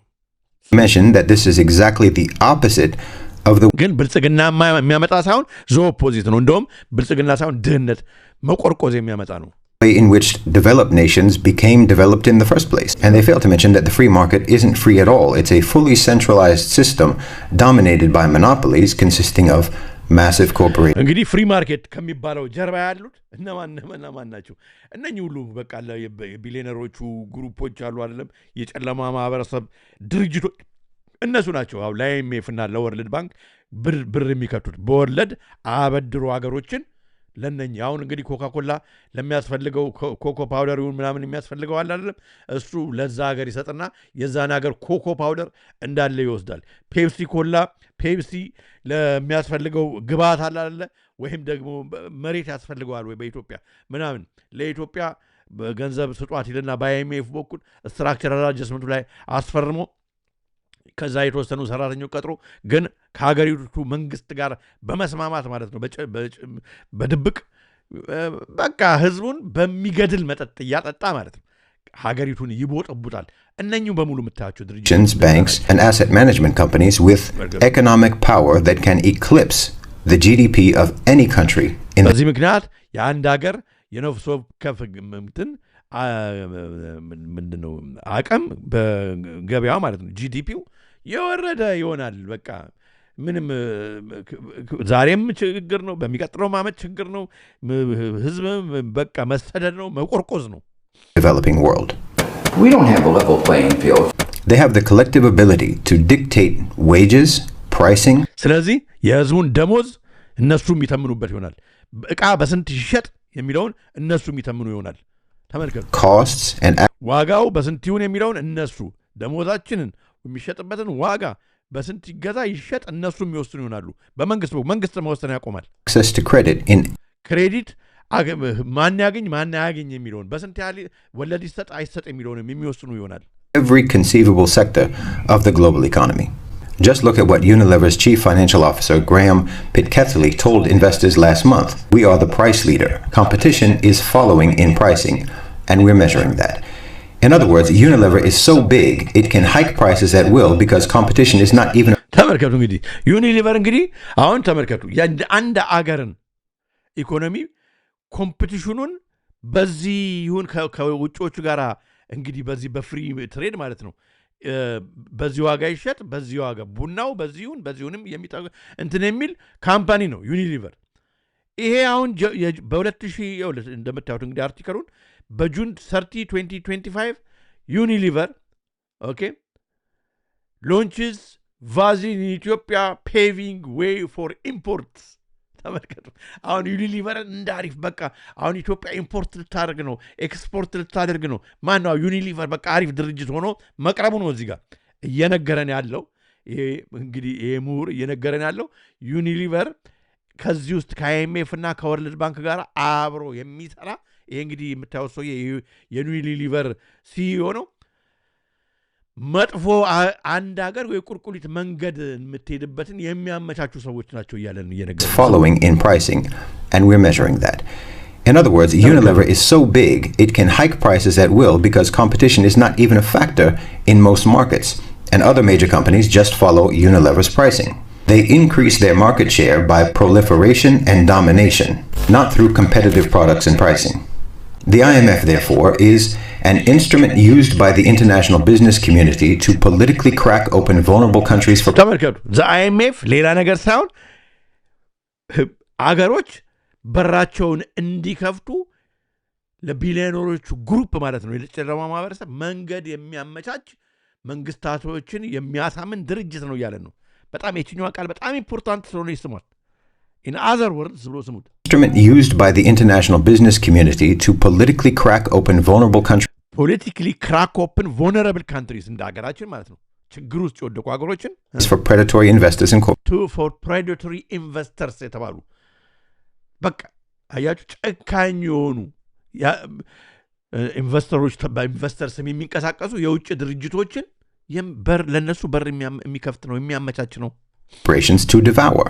Just as ህዝቡ እንዲሞት እንዲገድል አገር እንዲወድቅ የሚያመቻች ነው አገር እንዲዘረፍ የሚያመቻች ነው imperialistic conquests in the past, this is achieved in collaboration with local elites who will personally profit from selling their countries into debt slavery and corporate feudalism. What has been gradually emerging over the past few decades is a coalition of incredibly wealthy people organizing their capital in corporations, creating a generalized monopoly over global markets, and utilizing institutions like the IMF. እንግዲህ ቅድም ሩቢዮ ከተናገረው ጋር ስናየው በደንብ just make sense አያችሁ አሁን ግሎባል ዶሚኔሽናችንን በዓለም ላይ በአፍሪካ ላይ ሪሶርስ ባለበት ሀገሮች በሙሉ ላይ እንዘረጋለን እንደ ሸረሪት ድር ዘግርግተን እንዘርፋለን ብሎ ሲናገር ማለት ነው እንደዛ ማለት ነው ሌላ አነጋገር አይደለም አያችሁ እና አይኤምኤፍ እና ወርልድ ባንክ ያንን እያመቻቹ ነው ማለት ነው አገራችን እንድትቆረቁዝ እያደረጉ የኛ መንግስት he's blind to see that I cannot believe it ማይ ሆኗል የማይሰማ ሆኗል አንድ መሪኮ ገብቶት አይቶ ተረድቶ ከአቅሜ በላይ ነው ቢልቆ ምንም ማለት አይደለም የኢትዮጵያ ምሁር ይገርመኛል አይባልም to coerce, manipulate, control, and exploit states around the world. The impact of this crisis is worldwide. If you look at Yemen, if you look at Lebanon, if you look at Syria, if you look at South Sudan, if you look at Ethiopia, and I can keep going. In the lived experience of hundreds of millions of people across a continent that remains, despite everything, full of potential. That has never been allowed to fully realize itself. The chains of colonialism were broken, but the chains of debt were put on quietly. Link by link, loan by loan, condition by condition. ጉዞ ወደ ባርነት ትክክል ጉዞ ወደ ባርነት ወንድማችን ሚኪያስ አረ የመን ዱባይ እየተታኮሱ ነው እንግዲህ ዴቨሎፕ እያደረገ ነው ማለት ነው በጣም የሚገርም ነው ወገኖች የሚገርም ነው እና በመጨረሻ እንግዲህ የኢብራሂም ታሮሬን ቪዲዮ በመግቢያው ላይ ማሳይቻችኋለሁ ቴሌግራም ላይ ተውላችኋለሁ ወገኖቼ፣ እንትን ላለ ማለት ነው እንዳላቆያችሁ። በጣም የሚገርም ነው እና እንደዚህ ባለበት ሁኔታ ግልጽ ነው እንግዲህ ኢትዮጵያ የገባችበት ማነቆ ለማን እንደተሸጠች በምናይበት ሁኔታ ማለት ነው። ማሳያው እኔ ስላልኩት ወይ ሌላ ሰው ስለተናገረው ሳይሆን መሬት ላይ ወርዶ ማለት ነው ህዝቡን ወደ ብልጽግና ሳይሆን ማለት ነው ህዝቡን ወደ መቆርቆዝ፣ ከረንሲውን ወደ ማውረድ፣ ኢንፍራስትራክቸሩን ወደ መናድ፣ አዲስ አበባና ምናምን የተለያዩ ሪዞርቶች ብልጭልጭ ስላሉ እንደዛ አይነት እድገት የለም። ዘለቄታዊ እድገት የሚመጣው ትምህርት ላይ በመስራት ነው። ሆስፒታል ላይ በመስራት ነው። ደሞዝ ሰው ሰራተኛው እንዲያድግለት በመደረግ ነው። ተምሮ የሚወጣው ኃይል ስራ ሲያገኝ ነው። በሀገሩ ተስፋ አድርጎ ወጣቱ በዛኛው ልሰደድ ከሚል በሀገሬ ሰርቼ ልብላ ልኑር ብሎ የሚያስብ በቃ እንትን ሲመጣለት ነው ሀገር ኢኮኖሚው አድጎ ማለት ነው። ነባር የሆኑ ኢንፍራስትራክቸሮች የኢትዮጵያ ሀብት የሆኑ ቴሌኮም ምናምን በኢትዮጵያ አስተዳደራቸው ስትኖር ነው እነዚህ ነው እንጂ አንዴ በአንድ በኩል ለአረቦቹ አንዴ በአይኤምኤፍ በኩል ለሌሎቹ እየሰጠ ትኩረት ዲጂታል አይዲ የምትለኝ ከሆነ ትኩረት የኢትዮጵያ ብልጭልጭ ወይም ሪዞርት የኢትዮጵያ ሕዝብ አሁን ሄዶ መናፈሻ ላይ የሚዝናናበት ሪዞርት አለ የሚያስፈልገው። የኢትዮጵያ ሕዝብ አሁን 3 ጊዜ መብላት ይፈልጋል። የኢትዮጵያ ሕዝብ በአሁኑ ሰዓት ሰርቶ ማግኘት ይፈልጋል። የኢትዮጵያ ሕዝብ መለወጥ ይፈልጋል። የኢትዮጵያ ሕዝብ በቃ የሚያድግበት ፊውቸር ያለው ትምህርት ይፈልጋል። ከተማረ በኋላ ደግሞ የሚቀጠርበት ይፈልጋል። የበፊቶቹ መንግስት የሰሩትን ስህተት አንተ ደግመህ እንድትሰራ አይደለም የኢትዮጵያ ሕዝብ የወደደ የነበረው። ስለዚህ እሱን ይልቅ በሱ ላይ እውነት አሁን እኔ በአንድም በኩል የድረሱልኝም ጥሪ ይመስላል ንግግሩ የጠቅላይ ሚኒስትሩ። ስለዚህ ምሁሮቹ ቀረብ ብላችሁ መፍትሄ ይፈልጉ። ከአፍሪካኖች ጋር ተቀናጅታችሁ የምትሰሩበትንም ከኢብራሂም ትራኦሬም ጋር ሄዶ የሚያወራበትን የሚነጋገርበትንም ነገር ማምጣት መልካም ይመስለኛል። በተረፈ ይህንም ቪዲዮ ተውላችኋለሁ። ይህንም ቪዲዮ ረዘም ያለው ሙሉን ተውላችኋለሁ እና ቴሌግራም ላይ ማለት ነው። ዛሬ ግን ስለመሸም በዚሁ ይብቃን መሰለኝ። የአንዳንዶቻችሁን ኮሜንት አንብቤ በዚሁ እንሰነባበታለን ማለት ነው። ከኋላ ብጀምር ዱባይ ጦርነቱ ዱባይ ደረሰ እንዴ? አዎ ጦርነቱ ዱባይ አልደረሰም። ቅድም እኔ ኤርፖርቶቹን እንደተዘጉ አውቃለሁ። ብዙ ሰው ኤርፖርት ስትራንድድ ሆኖ ነበር ዛሬ ማለት እንዳይበር ማለት ነው። ቼክኢን ቼክአውት ችግር የነበረው ዱባይ ኤርፖርቶች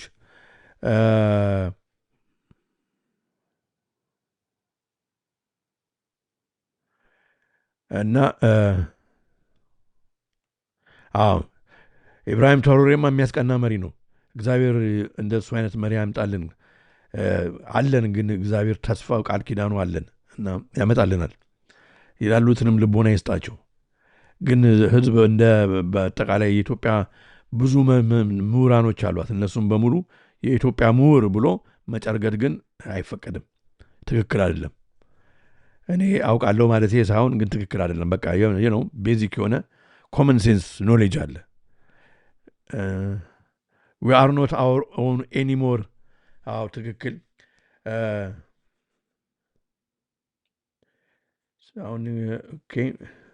very sad, shocking, glad our Adwa patriots did not witness our modern colonization። now እውነት ነው። ስብሐት ለአብ እንኳን የቀደሙ አባቶቻችን ቢኖሩ ኖሮ በጣም ያዝኑ ነበር። ደማቸውን አፈሰው አጥንታቸውን ከስክሰው ያቆዩት ሀገር ዛሬ አረቦች ገብቶ ሲፈነጩበት በስትራክቸራል አድጀስትመንት ህዝባችን ማነቆ ውስጥ ገብቶ ሲማቅቅ ቤተሰቡን መምራት ሲያቀተው ሰራተኛ ሰርቶ ደሞዙ ከዓመት ዓመት የመግዛት አቅም ሲያንሰው በጣም ያሳዝናል። እና ደግሞ የማይሰማ መሪ ጭራሽ ስለሰራው ስህተት ደግሞ የማይቆጨው መሪ ሲኖር ደግሞ የበለጠ ያሳዝናል።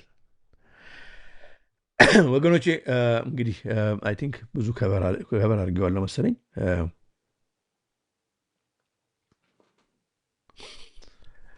ተቆጣጣሪዎቹ እነሱ ናቸው። ከዚህ በላይ መሸጥ የታለ? ተሸጠናል። ይኸው ነው። በጣም ያሳዝናል። ባይዘዌ ዛሬ ያው እንግዲህ እንደምታውቁት ብዙ ረብሾን ነበረ። ኢንተርኔቱ በጣም ይቅርታ ጠይቃለሁ። ከዚህ በኋላም ሊረብሸን ይችላል። ስለዚህ በተቻለ መጠን እንግዲህ ማሰብ አለብኝ ማለት ነው። በምን አይነት ሁኔታ እንግዲህ ከዩቲዩብ ውጪ ፕሮግራም እንደምንሰራ ማሰብ አለብን ማለት ነው። እርግጥ ነው ፕሮግራሞቹን ሁል ጊዜ ወደ ዘመድ ቲቪም በኢትዮጵያ ለምታየው እዛ ላይ ሁሌ አስተላልፋለሁ። ስለዚህ እዛ ማየት ትችላላችሁ። ግን ያው እንግዲህ ያው መንግስት እውነት እንዳይነገር የራሱን ባታሊዮን ቀጥሮ ኢንተርኔት ምናምንትን ወደ ማለት ነው የሚሄዱትና ሳቦታጅ ወደ ማድረግ which is really sad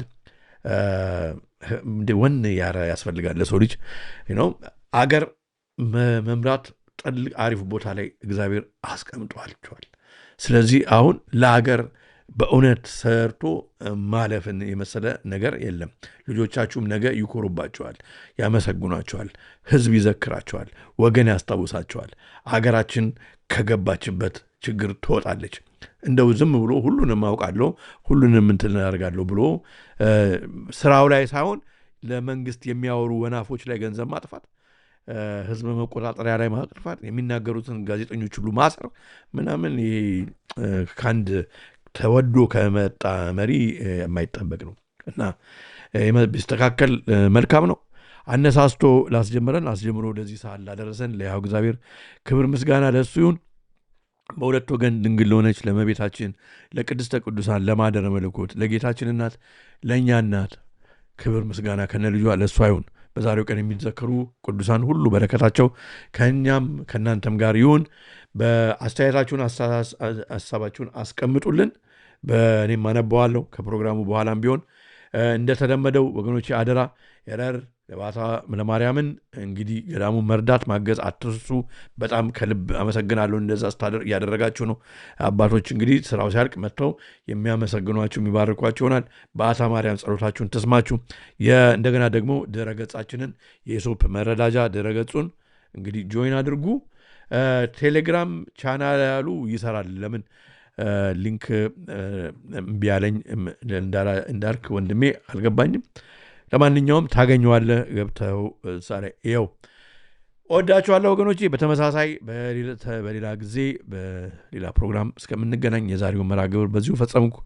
ቸር ቆዩልኝ።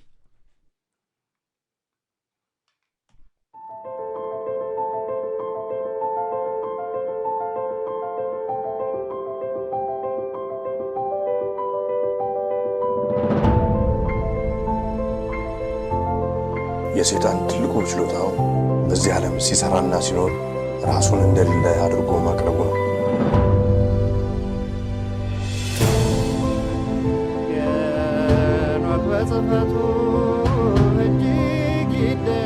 The Ethiopians slept near 1,000 years, forgetful of the world by whom they were forgotten.